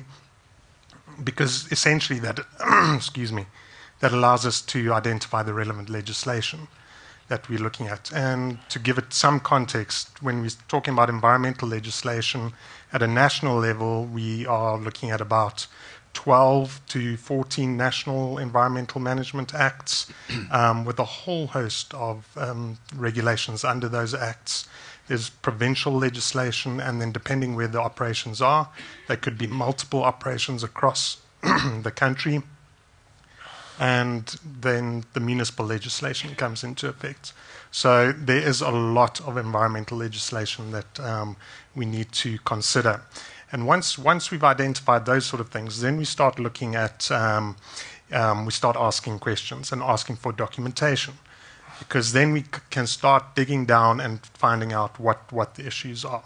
And those potential things that we're looking for are existing environmental liabilities and potential future environmental liabilities. So, for example, and the ones we typically come across is, because there is so much environmental legislation, it's often very difficult for an operation to comply with all the legislation all the time. So we often find that there's an issue with compliance with that legislation, and that might not sound like a big issue. But if we're looking at a national level, and the typical fines that can be issued if criminal procedures do get initiated by the National Prosecuting Authority, the fines under the various national legislation are typically quite high. We're talking between 5 and 10 million rand. So if there are existing environmental non-compliances, that obviously does become a red flag for a transaction. Secondly, there's a lot of environmental consents applicable across environmental legislation, and typically if we're looking at a mining operation or industrial operation, it can be anything from a water use license, air emissions licenses, environmental authorizations for expanding facilities, for developing new facilities, and failure to have those consents in place does have very significant consequences, not only from a legal compliance and the associated fines, but to retroactively get those permits in place and consents in place is a long and drawn-out process, and it often involves the payment of an upfront administrative fine. Those administrative fines are in the region of 10 million rand, depending on the assessments that need to be undertaken. And importantly, depending on the outcome, although I've never seen this before, to retroactively authorize a site that has been unlawfully developed, the authorities can, there is scope within the legislation, order the entire site to be remediated. So you can be ordered, and like I said, I've never seen this, but we obviously do need to bring it to a prospective buyer's attention that these are the potential outcomes. So typically, that's what we're looking for: existing environmental liabilities and future potential consequences, so that any transaction agreement can cater for those consequences. And when would one of these issues be a potential barrier to the successful completion of a transaction? I've personally never been involved in a DD where an environmental issue has been a deal breaker. But certainly what we do find with environmental issues, and I've already spoken to the issues here, and that's to get a site permitted where those consents haven't been put in place in the past is a very long and time-consuming process. So let's say, for example, a site was developed without the necessary environmental authorization. You've now got to go through that environmental authorization process. And depending on the nature of the activities, that can be up to 12 months just to complete the application. Never mind the fact that you've got to pay your administrative fine up front. You're not allowed to do anything in the meantime. Automatically, all activities on site have to stop. You can obviously apply to authorities to get a relaxation on that, but the automatic instruction on having to retroactively apply for an environmental authorization is to ensure that the activities on site stop. So that's a significant implication for any deal. And so what we often find is that they might not necessarily be deal breakers, but they have serious consequences for the timing of the transaction and significant delays for the transaction. So that's why it's important to get the greenies involved, because you want to know about those potential delays before you are getting involved. Yes. This speaks to my next question. Is there a way in which these risks can be managed early on in the process? Well, don't exclude the environmental lawyers to start off with. And I'll just give an example of a matter I was involved in. We were acting for the seller. It was a property transaction, and the seller wanted to just get. It was an industrial, very benign site. It was a warehouse. They undertook very limited activities within the warehouse, and for all intents and purposes, if you looked at the operation from the outside, there was no significant environmental issues associated with this operation. There were a couple of environmental authorizations, there were a couple of municipal permits issued to the site, but for all intents and purposes, nothing really serious. And so they said, as part of the vendor due diligence, they said, we're not going to do an environmental due diligence, or they excluded the environmental aspect from the due diligence. The potential purchaser then went and did their own due diligence, and they included environmental within the scope. And what they picked up was that maybe not necessarily this is a site that has environmental aspects itself, but it's located within a quite heavy industrial area. And what bell that triggered in their minds is, well, potentially there's contamination emanating from different sites. So what was supposed to be a very simple transaction, a property transaction, now went into a process of, well, we need to do site assessments, we need to determine whether there's any contamination on the site, and it delayed this whole property transaction by, I think it was about 7 months. And it extended the deal into a new financial year, which had particular consequences for our client. But had our client said, okay, let's just do everything up front, let's get the environmental people involved, we could have avoided this situation. So I think that's one of the good things to do up front, is to, obviously let the experts decide whether it's necessary to do an environmental due diligence. Say, have a look at the documentation, have a look at the nature of the activities that are being undertaken by the entity, and you guys decide whether it's necessary to do an environmental due diligence. So that would be my one suggestion. The other suggestion is, as soon as environmental issues are identified, so for example, failures to have necessary consents in place, you need to start actioning those any recommendations as soon as possible, because of the lag time in getting those issues resolved. And it will have impacts on conditions precedent. In fact, I don't think the resolution of environmental issues sits very well in conditions precedents, because of the time it takes to resolve those issues. What would your recommendation be in relation to some of these issues from a deal perspective? I would say I think one of the biggest issues that environmental issues have for a transaction is deal value. It sees a reduction in purchase price. It can be post-transaction obligations on the seller or the purchaser, whoever the obligation rests with, to resolve the issue. But I think the main issue is on deal value. Thanks, Alistair. We'll move on to discussing the dispute resolution perspective with Lucinda. Lucinda, what are the important issues to consider from a litigation perspective? Yeah, thanks, Roxana. I think the misconception when it comes to dispute resolution due diligences is that we only look at matters that's pending in the courts. And it's much wider than that. We need to, in today's trend where there's much more arbitration, much more mediation, we need to look at the risks associated with your court matters, but also with your mediation matters and your arbitration matters. And then what sometimes get left behind is disputes that have not reached litigation or arbitration stages. We need to look at letters of demand that may have been sent to the target company. We need to look at letters of demand sent by the target company.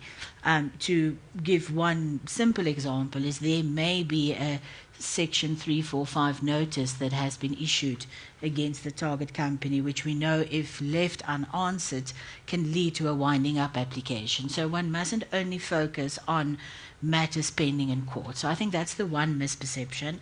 And then the next very important thing is we can't only advise on risks having regard to the merits of the dispute. Merits, very important, but to look at it from the person doing the due diligence, we do not have access to the factual witnesses during a due diligence. We don't have access to all of the documentary evidence. So although we can express a view on the risks merit-based, we are limited to the pleadings that's disclosed to us. But there are much more fundamental risks that we need to identify, and Alistair, I think you touched on it, is the delays caused by unresolved disputes. To give you an example, up until May of this year, if you applied for a trial date in the Johannesburg and Pretoria High Courts, you got dates in 2031. That is how ridiculously full the court rolls are. So you can imagine if you are now doing a due diligence where the target company is involved in a massive litigation that can have financial, reputational risks, and you need to wait another 6 to 7 years before you get to court only. Luckily, in the Gauteng division, there's now a mandatory protocol to mediate. The hope is that if this works, dates will be awarded a bit earlier, but we're still looking 27, 28 if we're lucky. But that, of course, now introduces a next step, an additional step into the litigation, additional costs, but hopefully that will encourage settlement. So the delays is an issue that has a relevant on risk. And then, of course, jurisdictions. I mean, on transactions where there's due diligences, you are almost always faced with commercial agreements that have choice of law clauses, governing law clauses, and you might find that certain disputes are going to have to be conducted in foreign countries, foreign law applies. Those are the type of things that we need to identify, as that also adds to the risk, to the cost, and to the delays. Okay. And when target companies have a high volume of litigation, what does it indicate to you in terms of the overall health of a company and the way it's being managed? It is a clear indication, and then we don't even have to go into the merits. If you are, for instance, a company that has a heck of a lot of letters of demand out there for non-payment of your services, that means there's something wrong with your customer base. Your customers are not paying you. So that may have a value that is being placed on your customer base. And it may also indicate that your debtors management has got significant issues. So that's on the one hand. But if a company, let's say the target company, for instance, is in the manufacturing, supply, service delivery industry, and there's a lot of litigation against the target company, that can also indicate that there's something seriously wrong from an operational level. against the target company or at the target company when it comes to service delivery, defective services, defective products. So just the sheer number and volume of disputes is also indication on itself, even before you go into the merits. Okay. And is it possible to quantify the value of litigation, to take into account in the valuation of a company, or to take into account how to structure the deal? Yeah, I think it's sometimes it will be easy to quantify if there is a monetary value that you can put to it, especially if the target company is involved in claims against it. So that will obviously have an impact on the value. So it is one thing, but it's then if these risks are identified, the recommendations must be taken into account.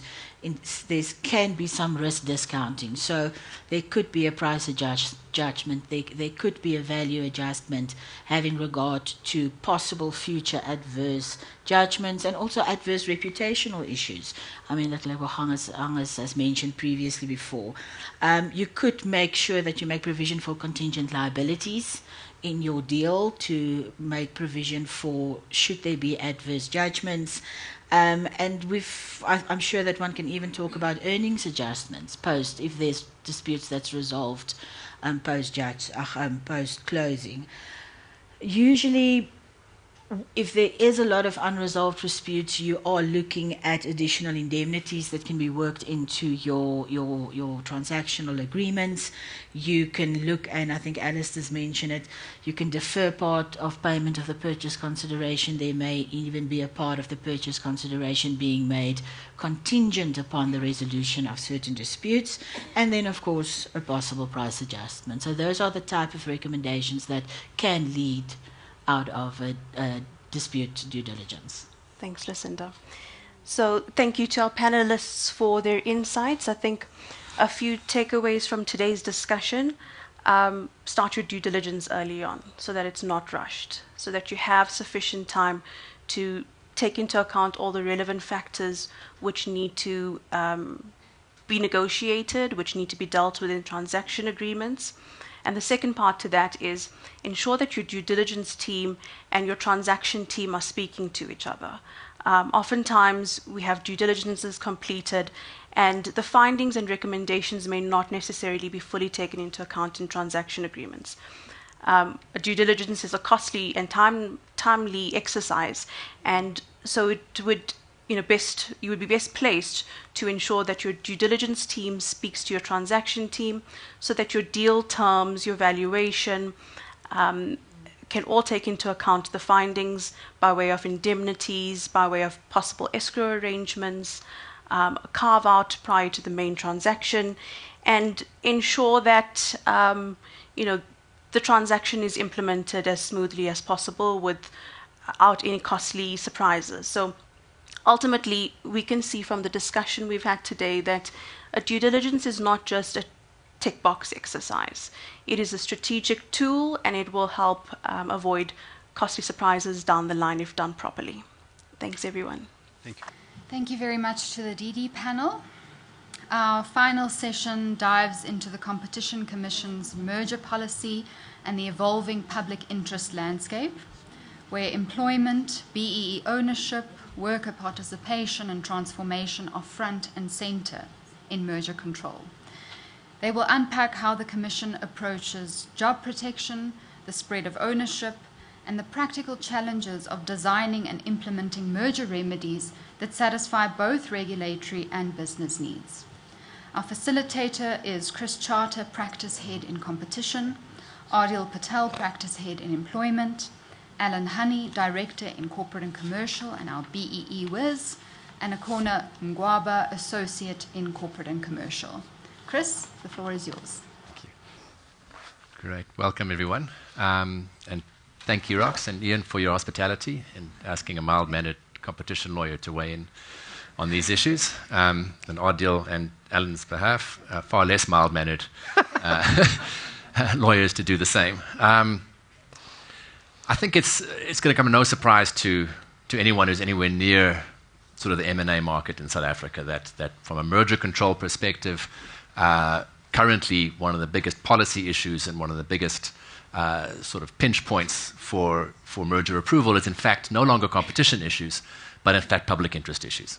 And I think we can trace that back to the Act when it was passed in 1998, where right up front in the preamble, there was already wording which really bled public interest considerations into merger control. The preamble says that the purpose of the Act is to bring an efficient and competitive economic environment, yes, but that it has to balance the interests of workers, owners, and consumers. And yet another provision in the preamble says that the idea is to regulate the transfer of economic ownership in keeping with the public interest. So it's been there all along.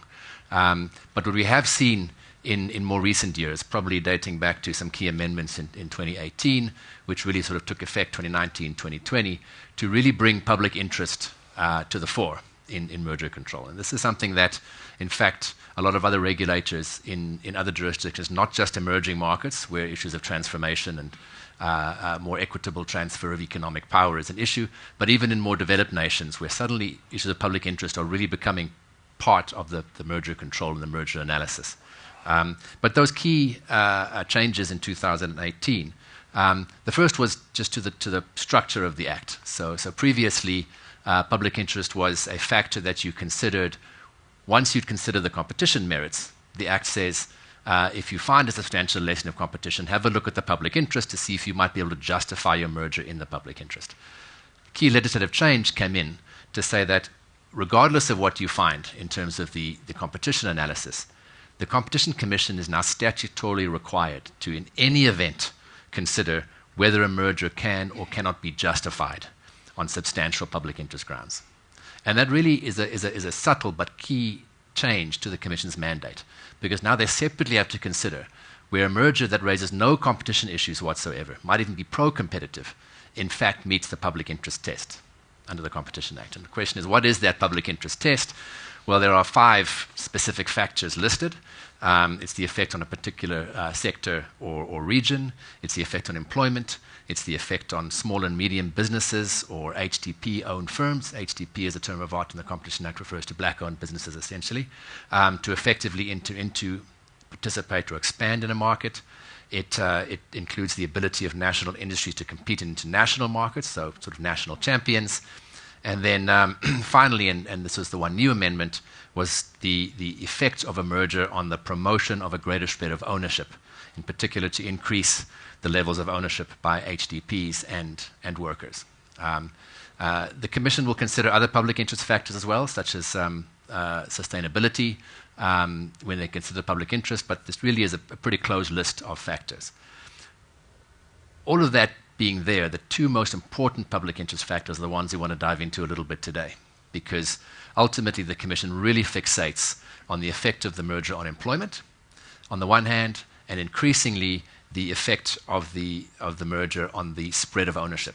And I think here we just need to bear in mind, and we will dive into it, Alan, and the corner is this question of promotion of a spread of ownership. And that has been, I think, the key sort of policy, the policy debate over the course of the last 18 months to 2 years as to how the Commission ought to drive that policy. Like all things policy, it's subject to some fluctuation. The pendulum keeps swinging, and we can get into where that policy seems to be settling at the moment until, again, someone pushes that pendulum in one or other direction in due course. But maybe against that background, if I can start, I'm really hoping, guys, this can be sort of a conversation.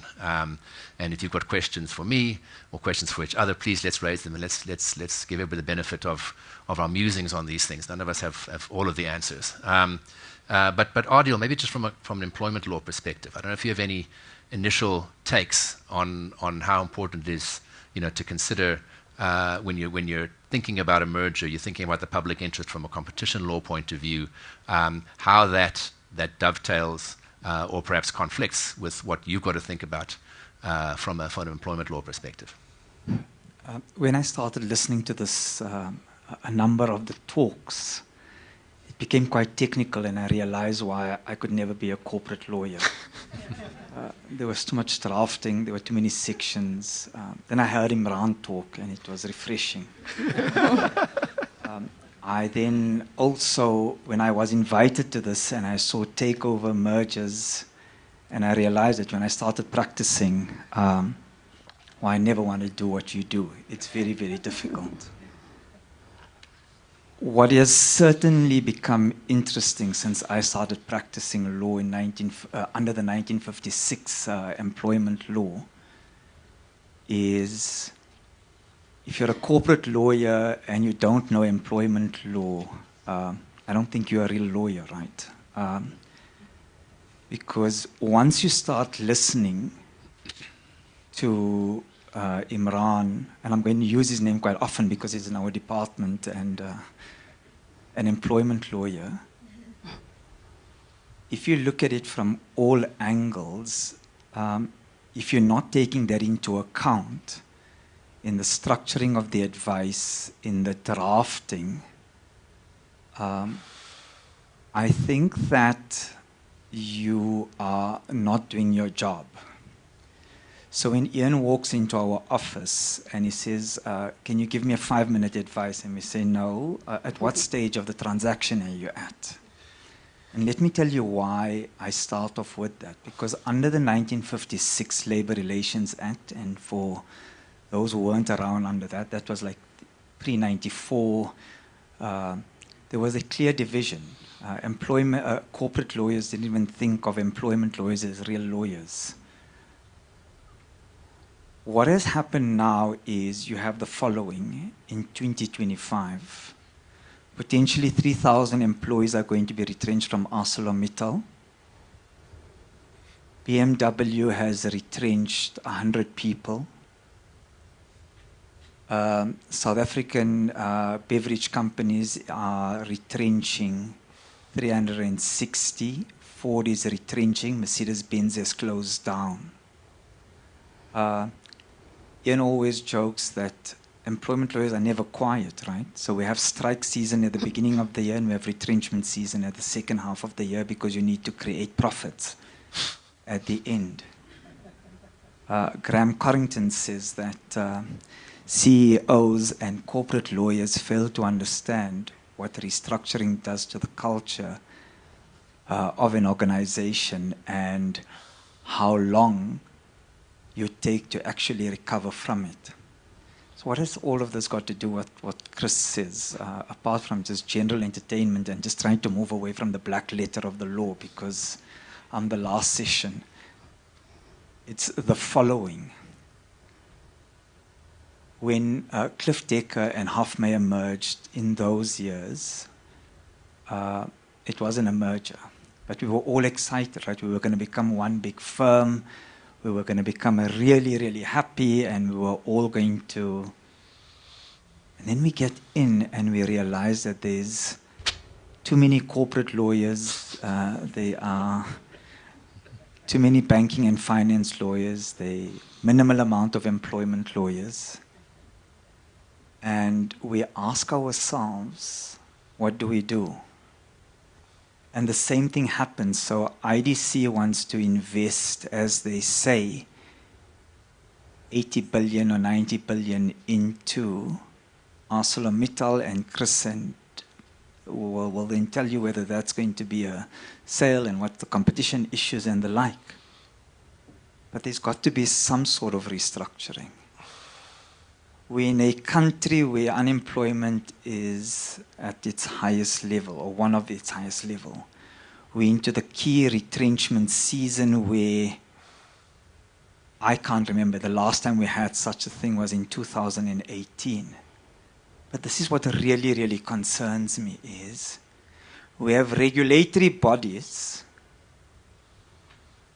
whose aim is to protect employment. And I think ideologically you need to consider whether is that correct, right? But I gather we're in an environment where they're there and they're going to look at it.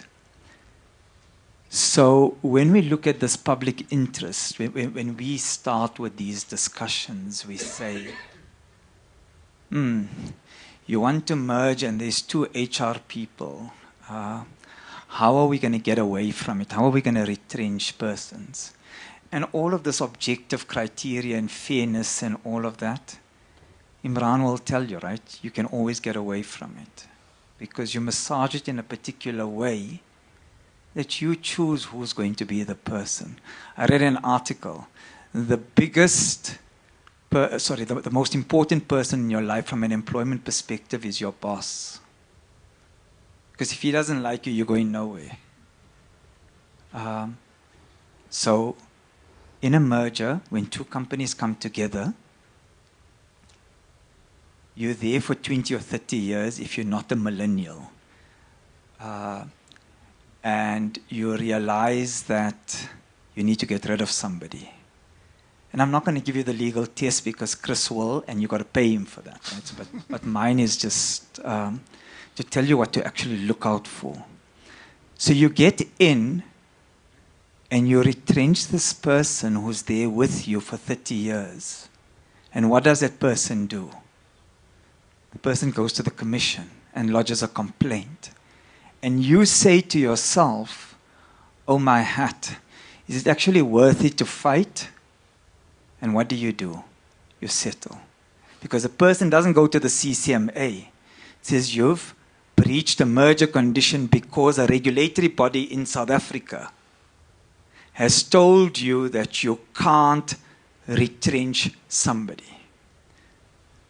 So given all of this here, if I were you, the merger condition, the public interest consideration, we all know about it. Chris will tell you that every transaction says don't retrench people for 12 months, and if you try, they'll always stop such a condition from not materializing. So accept the fact that you're going to have to protect employment. No matter what you do, you're going to have to protect employment in a country that's suffering from high unemployment and where every month somebody's getting retrenched. Your question is, at what stage do you start restructuring? And this is the simple test. Non-legal, easy to understand. The closer to the merger, the more likely you're going to be challenged. The longer the period between the merger and the retrenchment, the less likely you're going to be challenged. The most recent case for the Constitutional Court, and it's in all our alerts, they were brave enough to take FAO up all the way to the Constitutional Court, and they created a test which you need to show a nexus and the like. But your question needs to be, from an employment perspective, the following, and then I'm really going to keep quiet. 1, country has high unemployment. 2, in your business case, do you want to be challenged at the Competition Commission and affect your brand? 3, in your business case, at what stage are you going to start retrenching? Retrench you're going to have to do. Whether you're doing a sale of business, whether it's a merger, you're going to have to do it. But at what stage are you going to do that? That's the most important thing.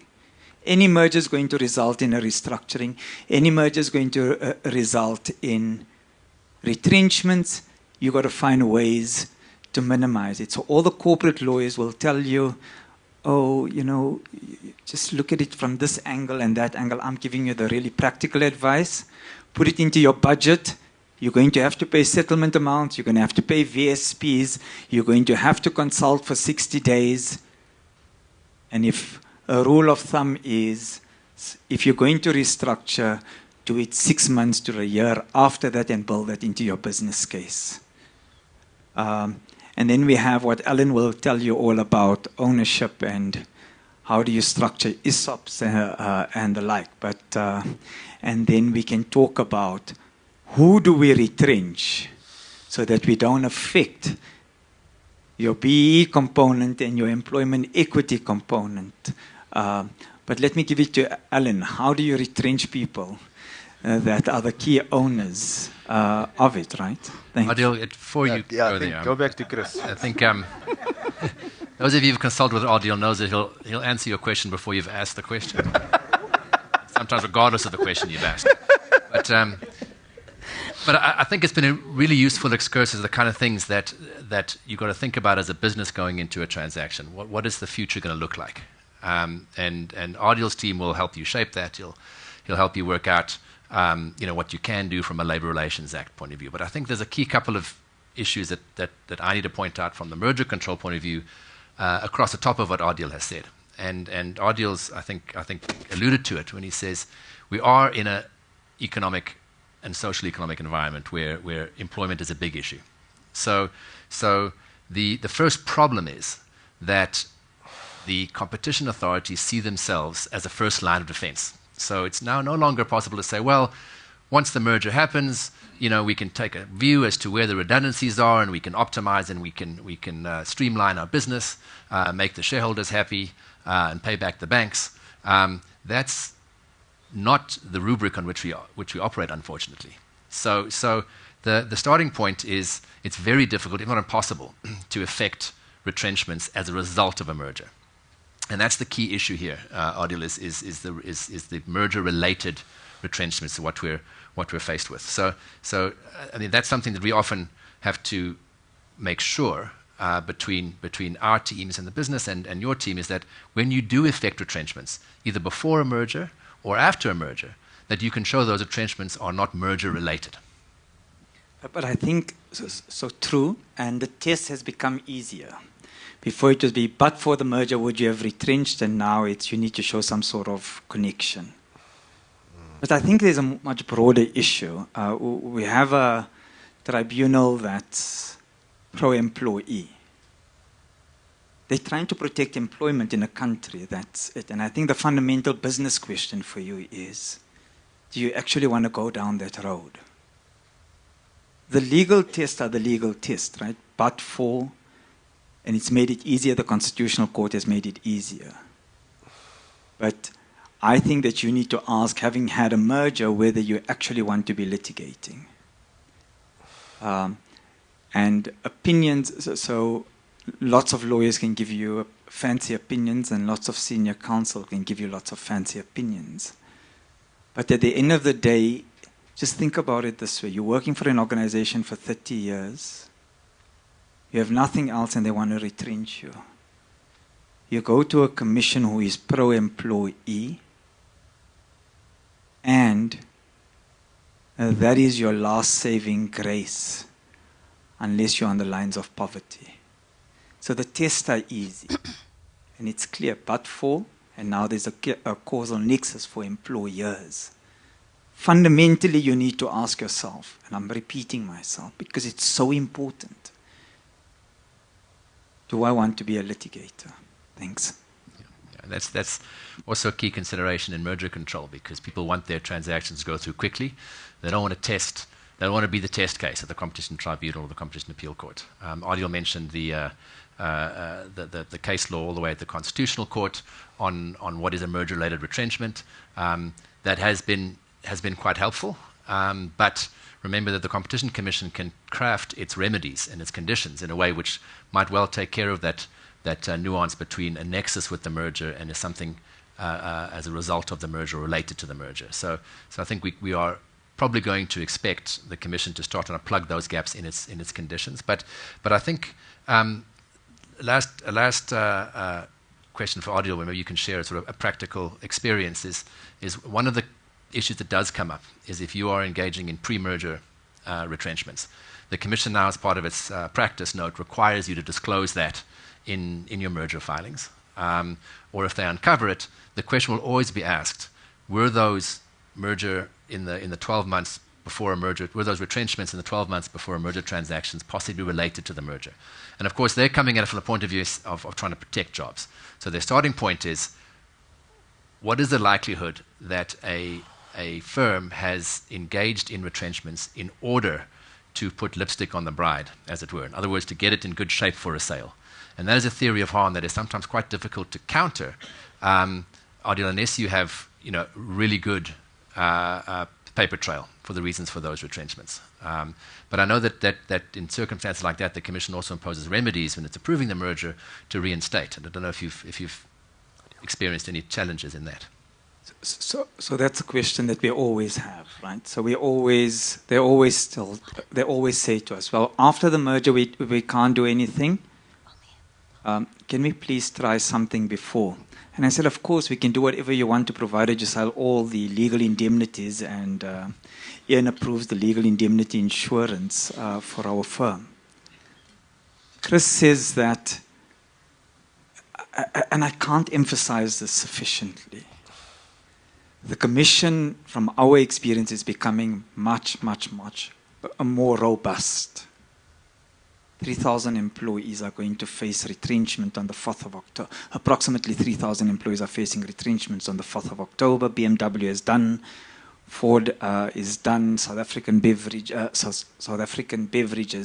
FAO has just lost an urgent application against them, so that process is going ahead.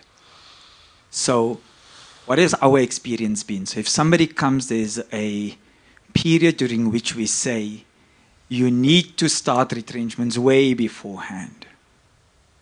So if you want to get dressed up for the wedding, you need to make sure you know the wedding date way in advance. Do the proposal and everything. And sorry, I'm just following on Chris's example of being paternalistic and...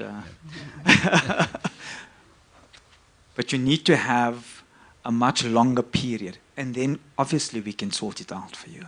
But do not come a month before the transaction and say, oh, we need to effect retrenchment. We'll tell you that the risks are too high. So, if you hear nothing else from me today, this is it. Just take this. The closer to the transaction, the higher the risk. The longer the period, the less the risk. I think I could have just summed that up in the start. Thanks. Yeah. And I do take the point that it's 2025, you can put lipstick on a groom as well. And absolutely, I think anybody who's looking to maybe sell all or a part of your business, if you are thinking in terms of increasing your income statement, your EBITDA through retrenchments, think very carefully about how you position that. And these are things you should be thinking about on a day-to-day basis. If you're only thinking about it once the offer is in, it might be too late to solve a lot of those problems. So it's quite important to be clear-eyed about that. The Commission will ask a question. One of the key questions they ask when they're looking at pre-merger retrenchments is, at what stage did you start merger negotiations? They'll ask for internal documents, your board minutes, to say, when did you start talking about this transaction? And is there a proximity between your retrenchment program and that? So they will look at all sorts of circumstantial evidence when they're looking at that. So you need to look at the big picture when you're thinking about restructuring your business at any stage. Post the transaction, of course, because you'll have commitments to worry about, and even before the transaction.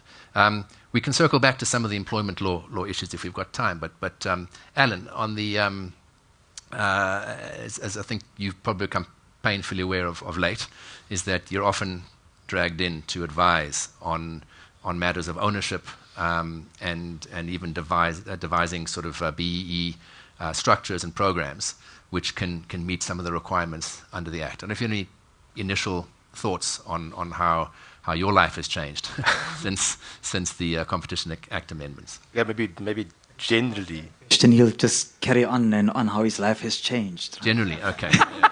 Let's be specific.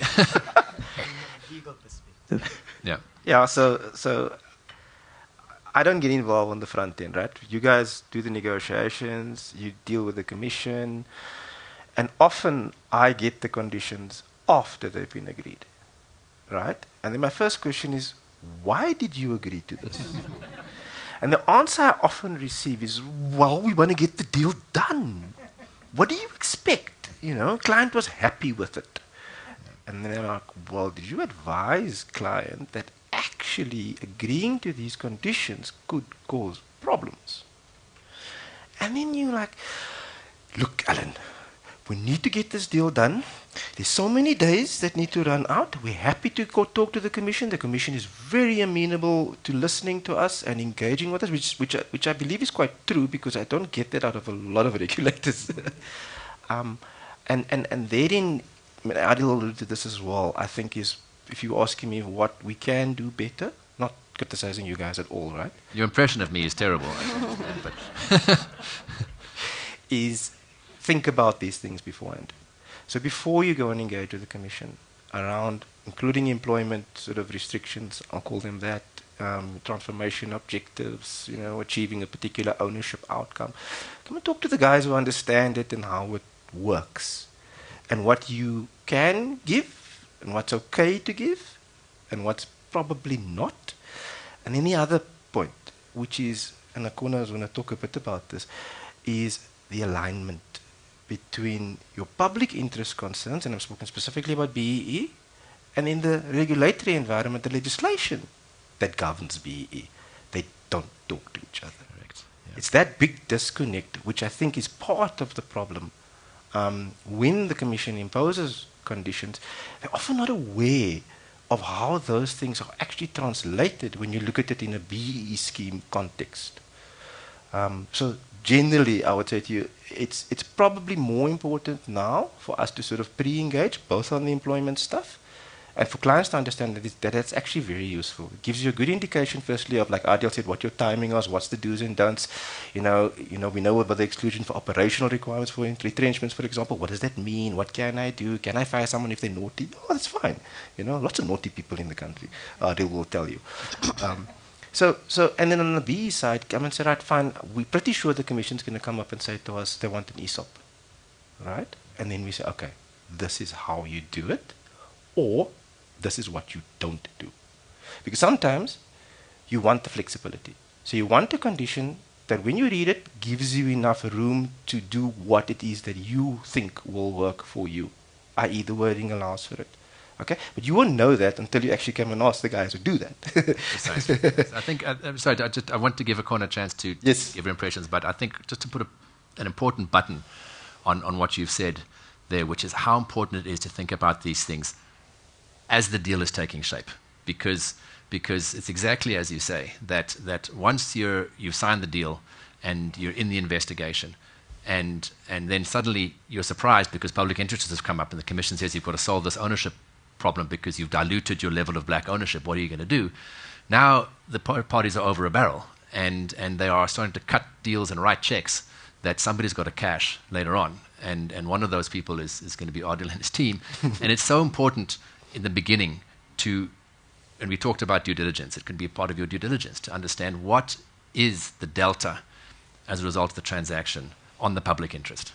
Are you reducing your level of ownership? And how are you going to solve that? There are various options to solve it, and there's I wouldn't say countless, but there's a lot of scope to be creative. But if you paint yourself into a corner because you've left it too late and you're only thinking about it once the Commission raises it, and we know the Commission will raise it in the same way that the sun rises in the east, you're limiting your options. So I think that the notion to think about this in the beginning and interact with the people who are going to start shaping your post-merger BEE policy, if you are going to do an ESOP, that is really, really important. But sorry, Chris, just before Kona comes in, I think one of the other public interest considerations that are going to take a forefront is the Employment Equity Act. So you would understand that before you as the employer were able to set targets on your own, given the interventionist approach from government, you now have targets set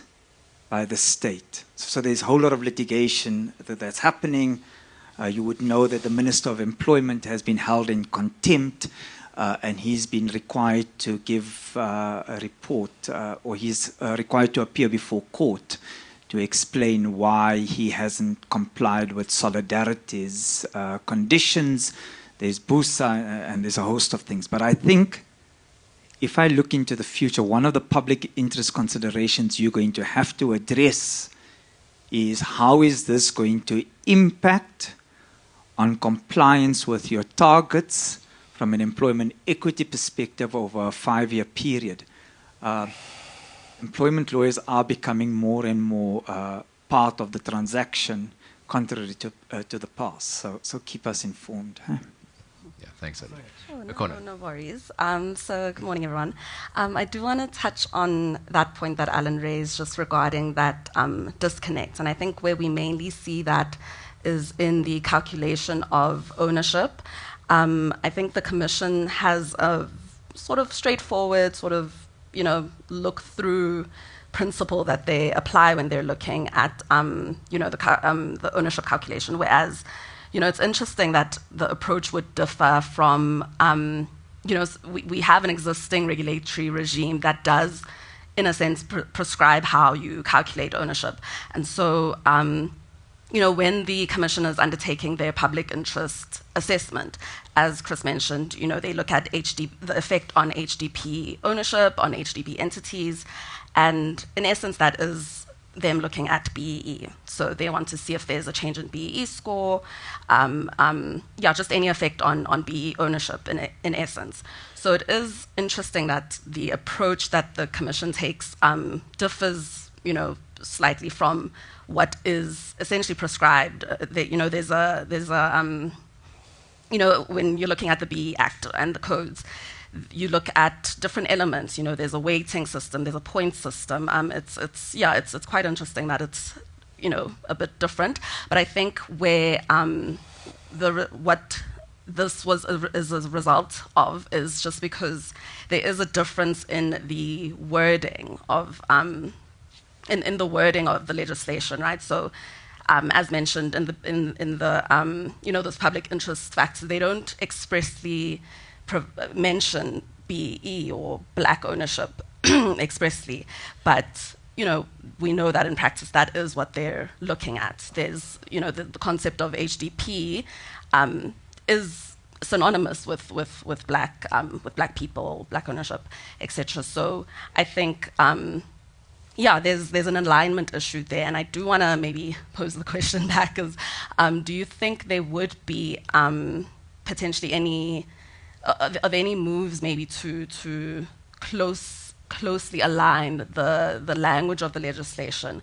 Because I think there was an attempt, not an attempt to align, but there is an attempt in the BE Act. There's section 3.2 that just mentions that if there is any conflicting, if there's any conflict between the BE Act and any other legislation that was enacted prior to the BE Act, the BE Act would prevail in instances of a conflict where the matter at hand relates to a matter that is in the BE Act. So I'd just like to get a sense of whether is there. It's a good question. It is a good question, because I think and the Commission is sending a lot of mixed signals in that regard, because they do ask for BE certificates to evidence your level of HDP ownership. Now, HDP ownership in the Competition Act is something very specific. It refers to either an HDP, him or herself, or it refers to a company which is majority owned or controlled by HDPs. And that's really just a very simple mathematical equation, right? Whereas BEE scorecards are as diverse as mushrooms after the rain, because people can use a different, and this is way out of my lane to coin a phrase that we've used a lot here, and maybe you can talk to that. But where you can on modified flow through, for instance, or deemed black ownership through black fund managers, for instance, those are all things that we try and educate the Commission on. But if push comes to shove, they can always go back and say, but we're concerned about actual ownership in black hands. So show me your black shareholders, show me where they reside, and you can tell me what that percentage is now, and you can tell me what that percentage is going to be after the merger. And we start talking about, well, BEE codes, but we've got the post, and this is level 3, and this is still going to be level 3, and the Commission can easily cut through all of that. I think the one area where there is increasing wiggle room, I'm happy to say, is in terms of other kind of spend, transformative spend, CSD, ESD, that kind of thing, which gives you points on your scorecard, and also increasing the Commission is more flexible in terms of seeing that as a way to plug a perceived ownership gap. So if you can convince the Commission, and you will need to say, I cannot address the fact that I've diluted my level of black ownership from 46% down to 12%, because it doesn't work commercially, or it's not the right environment or circumstances for an ESOP, the Commission will take that on board and say, but what other public interest contributions can you make in order to plug that gap? And that's where we start to look at other sort of things. And the holy grail, of course, is to find something that you would need to do anyway for your BE scorecard, which ticks both boxes. Yeah. But that will require a lot of discussion and understanding what levers you can pull. But maybe you want to elaborate on those kind of ideas. So yeah, that's 100% correct. So maybe just to explain an ownership scorecard, right? There are essentially three parts to it. You look at black ownership overall, get a score. There's a target. Depending on the scorecard, 25% black ownership, and then you get a score or a number of points that you get awarded for that. The next element is you look at ownership by black women, in particular. Generic scorecard, 10% ownership. You get a target, you get points for how many black women are actually own something in your organization. And then you get at the bottom, and then there's actually four elements. Then you get designated groups, which is your ESOPs, certain military veterans. I've never seen anything where they've ever done a deal, but be that as may, and youth, people over 50, I think, in South Africa. Anyway, those don't really occur. Your biggest part of that component are your B bosses and your ESOPs, right? And then you get this last one. It's called net value or ownership fulfillment. There's various words. Now that one talks to your funding element, right? And the principle of net value is simply this, okay? You get measured to the extent that the value of your equity ownership is equal to the debt, or to the extent it exceeds the debt. So you'll get net value points if the ownership value, the value of the equity, is more than the debt, simply put. Much more complicated than that in real life, because calculating it is a nightmare. Okay. Now that aspect is also not clearly understood, because that one weighs a hell of a lot. It's like 8 points out of the total 25 points on the generic scorecard, just for your basically your funding component, right? And therein lies some of the issues. So even a 51% black ownership, HTP, and I'll talk about HTP in a minute because that's outdated language. It's part of the problem, right? When you're talking about a 51% ownership, it's very possible to do a 51% ownership deal where there's no value, zero. Because all you do is you make sure that debt is equal to that 51% value, and it never ever decreases. Because as we know, debt invariably goes up, usually fixed to some kind of fixed incremental rate, typically some kind of interest rate. Whereas equity values is not quite the same thing. They go up and down, depending on all kinds of things. So there's also a bit of a disconnect there. But then you ask yourself, and Akwana made the point, and seemingly in South Africa we ignore this, that what's the Section 3.2, eh? Yeah, of the Act, says, it's a trumping provision. It says very clearly, it was 2018, when did they bring that in? I think it was in October 2018. It says very clearly, the BE Act trumps any other law in the country in existence at that time, before 2018 I think, that deals with anything related to BE or the matters dealt with in that Act. So it's interesting from your perspective, when engaging with the Commission, Chris, one of the points, I mean, it's maybe a legal technical point, but it's not really. It's about the alignment issue. First thing, change the language. HTP, PDP is outdated language. The definition in the Act doesn't actually fit with the regulatory environment and how it's been now properly circumscribed in the BE legislation. So they're moving a little bit from the wrong premise. They actually need to say, well, you know what, the easiest thing is just to say, your compliance will be measured under the BE Act, get somebody to understand it, and then say these are the triggers or these are the particular points. Because unless you do that, you're going to have this disconnect. And what then happens is you're not giving effect to the purported objective, which is presumably to sort of increase the extent of ownership, particularly by black people or sort of marginalized groups in the country. And I suspect if the Commission doesn't really appreciate how BE works and how it's practically implemented, importantly things like your funding mechanisms that are employed, and also, like you mentioned, all your different kinds of structures. You get private equity structures which in effect have no black ownership, right? And those are perfectly permissible because they deem to be black ownership depending on the nature of the activities conducted by the vehicle. And it's those things that I think need to be brought in, and there needs to be an alignment. You have to synchronize the pieces of legislation. That's not the only, I mean, the Competition Act aside, it's obviously got a completely different mandate, but they both fall under the same ministry. Yeah, I think it is a function of, I think, a point-in-time fixation, and maybe it was the policymakers of the day, 2018, before COVID, and anything before that we don't remember. But I think it is a function of a point-in-time policy position which made it all about ownership. Whereas really, it perhaps ought to be more about economic participation. And I think if one looks at it through that lens, there's a lot more ways to be creative and yet transformative in how you structure your merger and these benefits. Because if you start thinking about it as a more an economic participation, you can start having discussions about why should a black shareholder's stake in a company be less liquid And we're already having conversations with black fund managers, black investors who are saying the perverse outcome here is that I actually want to downplay my level of black ownership going into a transaction so I can facilitate my exit in 5 years' time.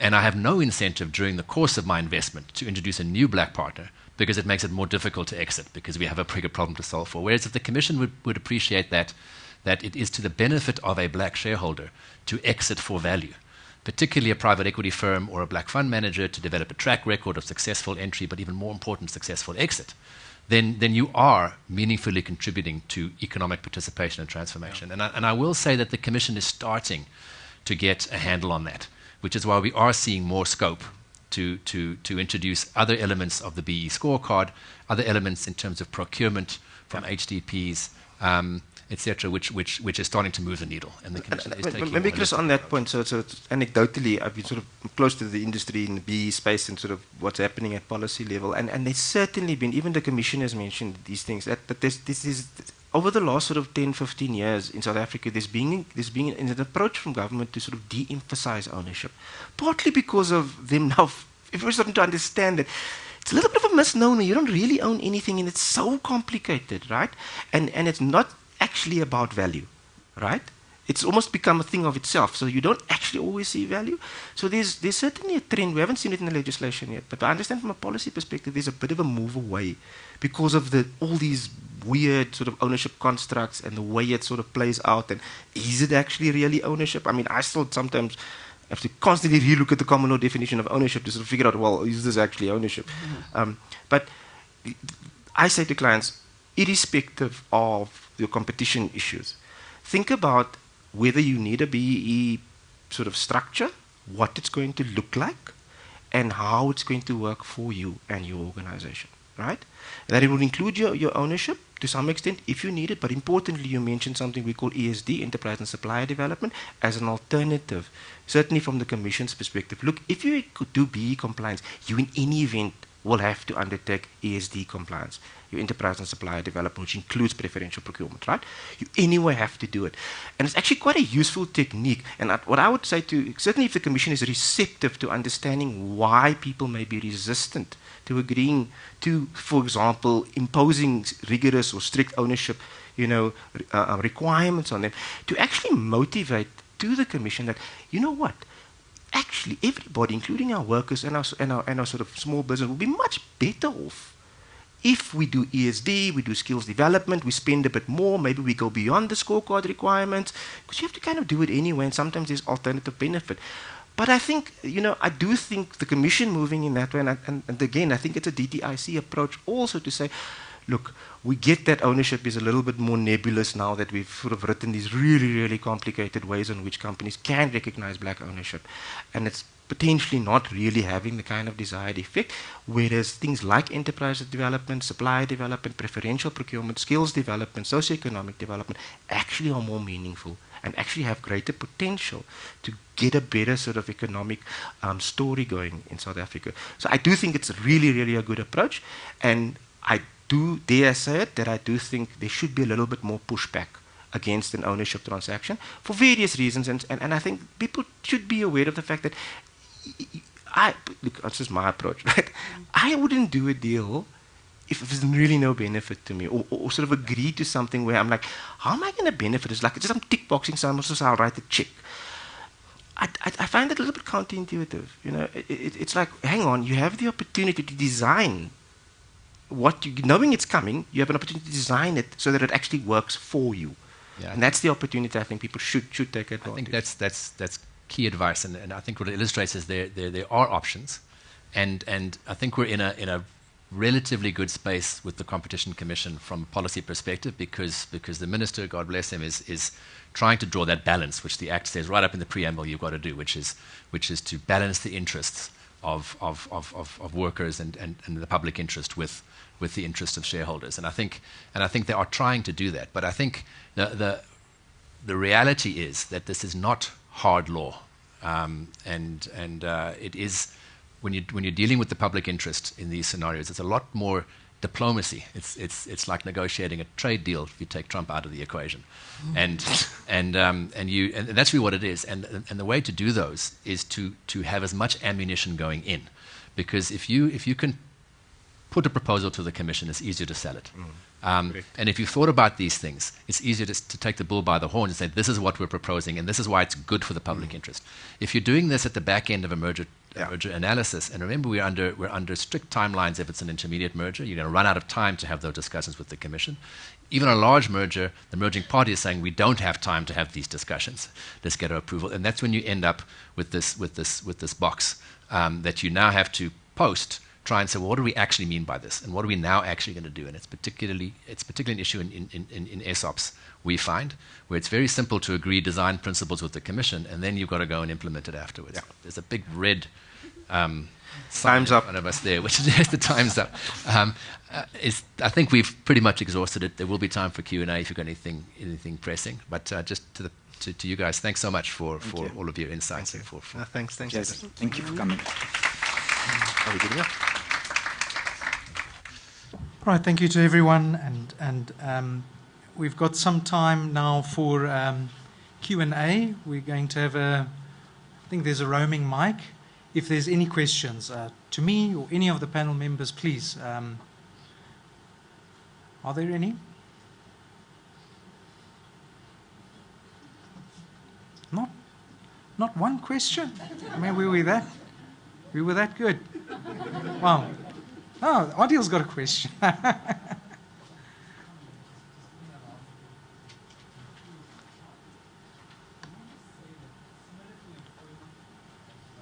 Sorry, your mic. Similar to the labor relation to employment law, which has a consultative body called NEDLAC, I do think that what the Competition Commission does is it seeks to protect people that are employed as opposed to people that are unemployed. So you're protecting a particular class of people.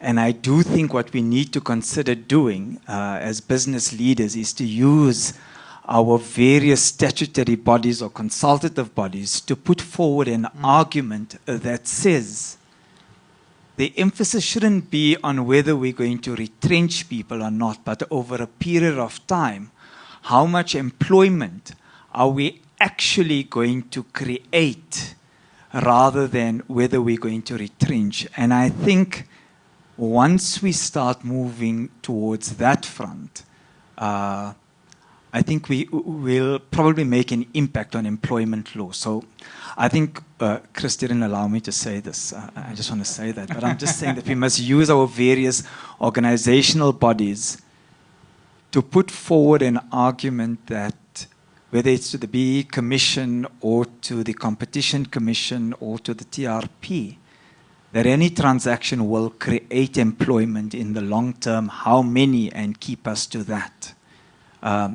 So it's just my comment, because Chris didn't allow me to say that. Does anyone disagree with that? All right, Chris, I don't know, you want to come in there, sure. I'm fully with you. I had a different question which I want to pose to Yaniv, but I think it is an ideological question at the end of the day. There's a lot of talk about inclusive growth, and obviously you can't have inclusive anything without growth in the first instance. And I think there is an argument to be made that a more efficient economy will create the surplus we need to do all sorts of sort of socioeconomic projects. I do sympathize with the Commission that says, well, a bird in the hand is always worth two in the bush.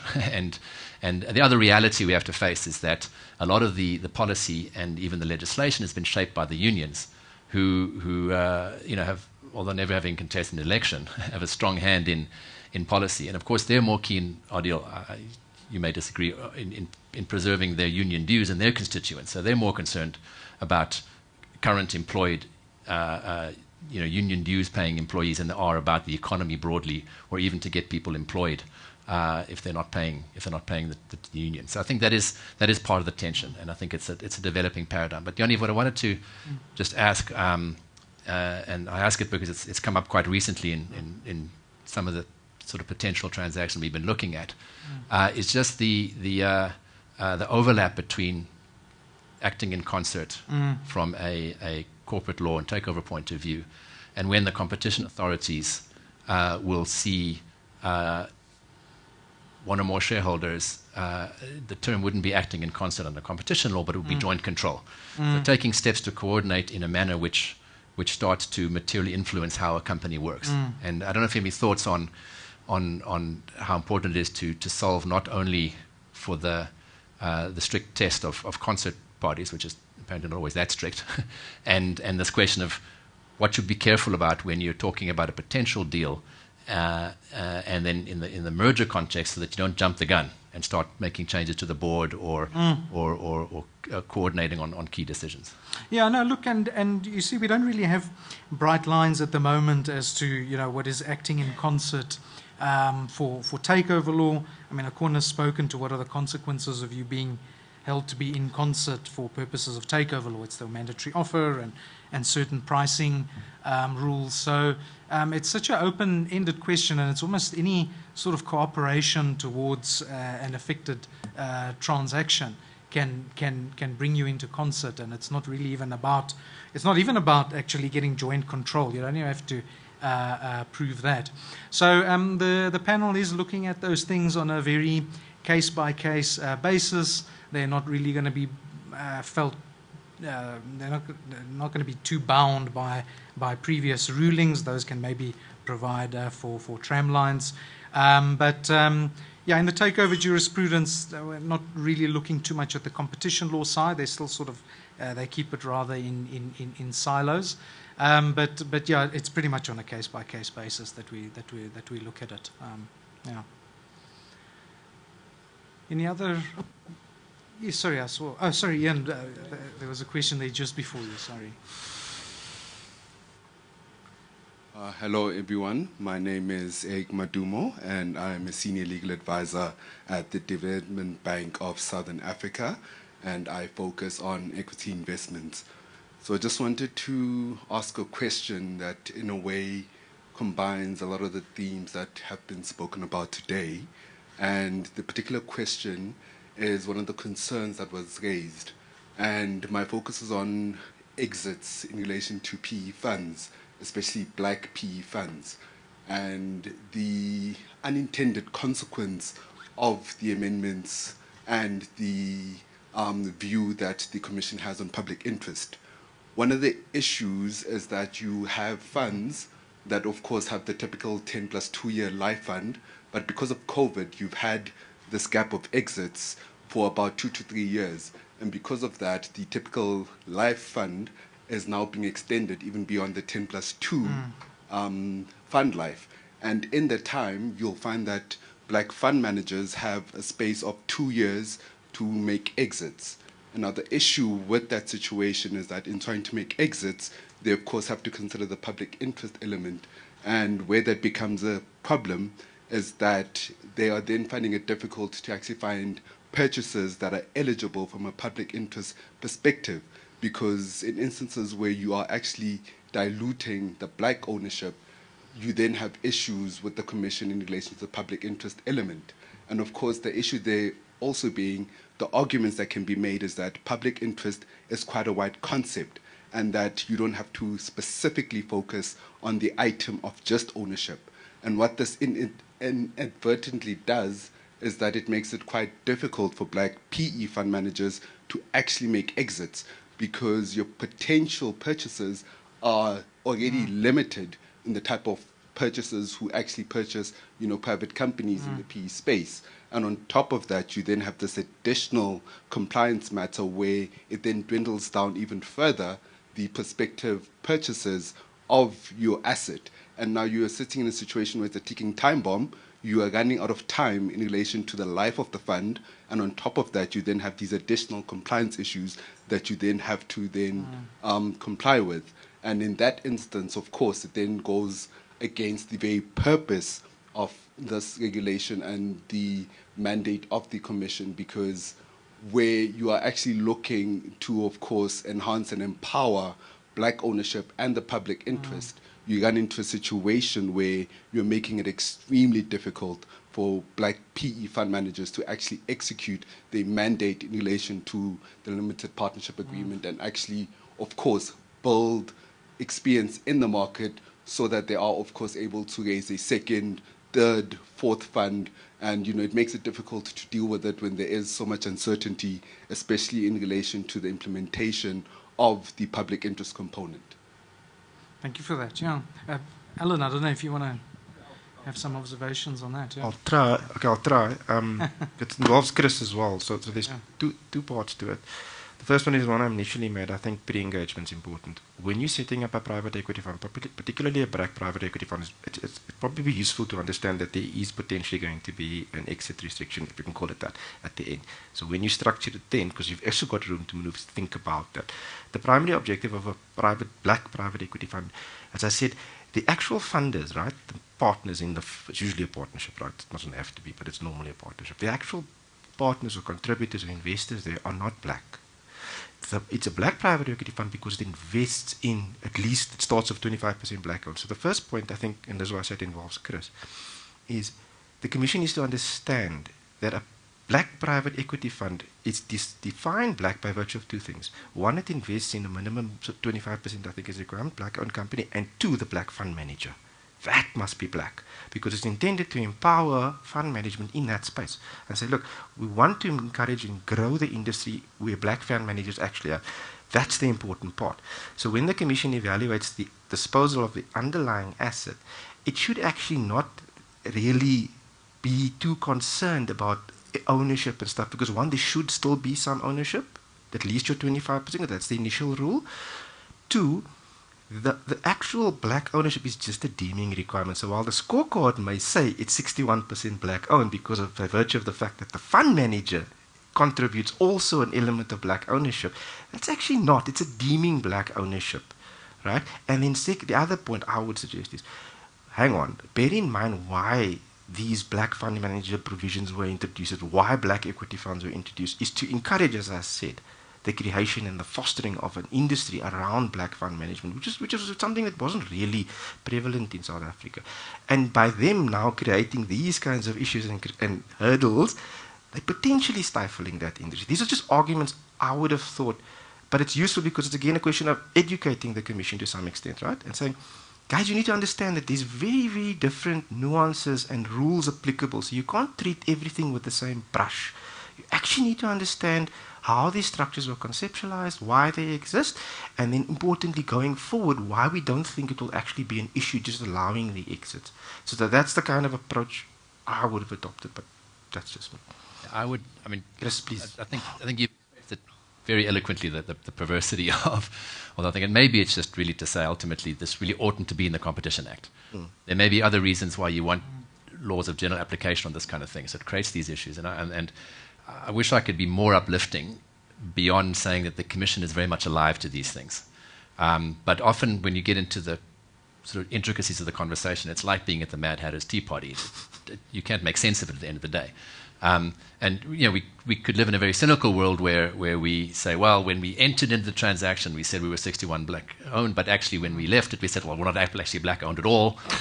And therefore, so there are those arguments for convenience, which we certainly work on. It's always a little bit awkward.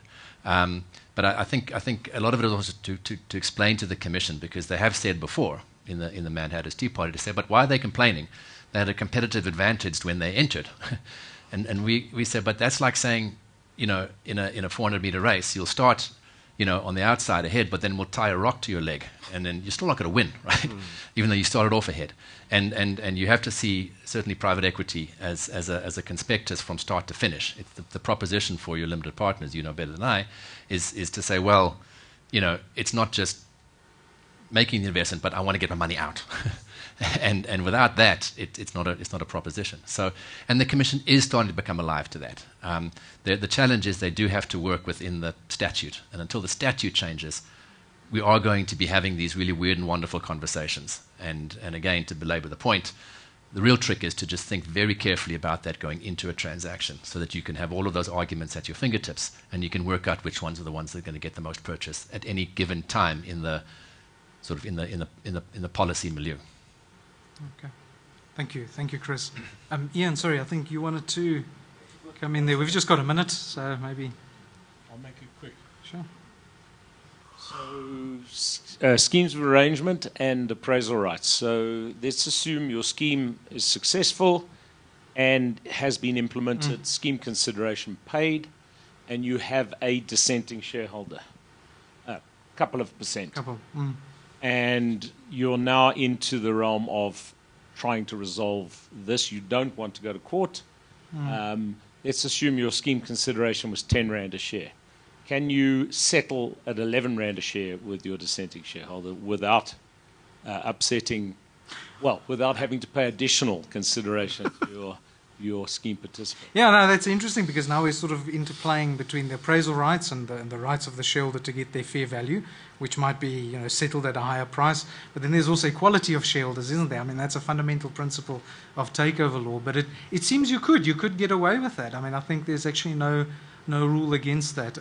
It's interesting to what extent you can sort of negotiate and bargain and to and fro under the appraisal remedy, because it almost seems like this mechanical mechanism whereby the company must put the fair value, and that's it. Then the shareholder must accept or reject. And I wonder to what extent you can have toing and froing and negotiation. I'm not aware of it having happened. I mean, it may well. Yeah, I think it does. Make the press, but. Yeah, Lucinda, you want to come in? Yeah, it has in fact happened. Yeah. And I think the easy way to deal with it, and it's important when you structure your settlement agreement to the effect that the fair value stays the price of the deal, and then you deal with interest, legal costs, and that's how you work in the additional payments. Yeah, okay. So it can happen. That you don't learn in the books. All right. Okay, ladies and gentlemen, our time is up. Oh, sorry, we have another question. Yes, please, sorry.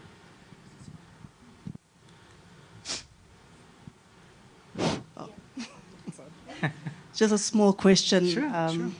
Ian actually reminded me on appraisal rights and beneficial ownership. CIPC now is requiring lodgement of beneficial owners.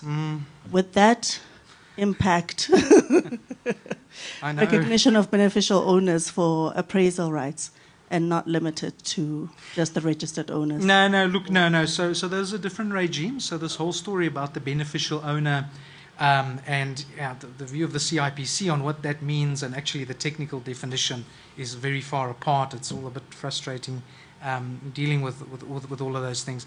But the beneficial ownership regime is simply about a filing at CIPC to disclose who is sitting right at the top and controls the company, and that's a money laundering thing. Okay, that actually comes from money laundering legislation. They want the regulators to understand who is sitting behind it. That is not linking up or interplaying in any way with the appraisal remedy mechanism. There's a separate section that says the shareholder must exercise it, and that's your registered shareholder. And that's also, if you're ever acting for a dissenting shareholder, one of the first questions you must ask is, how do you hold those shares? Is it in your own name, or is it through a nominee? And sort that out very quickly, because you're going to have locus standi issues later down the road. Yeah. Okay. Everyone, thank you. Everyone, Rox, you want to close us off here? Thank you. Thank you.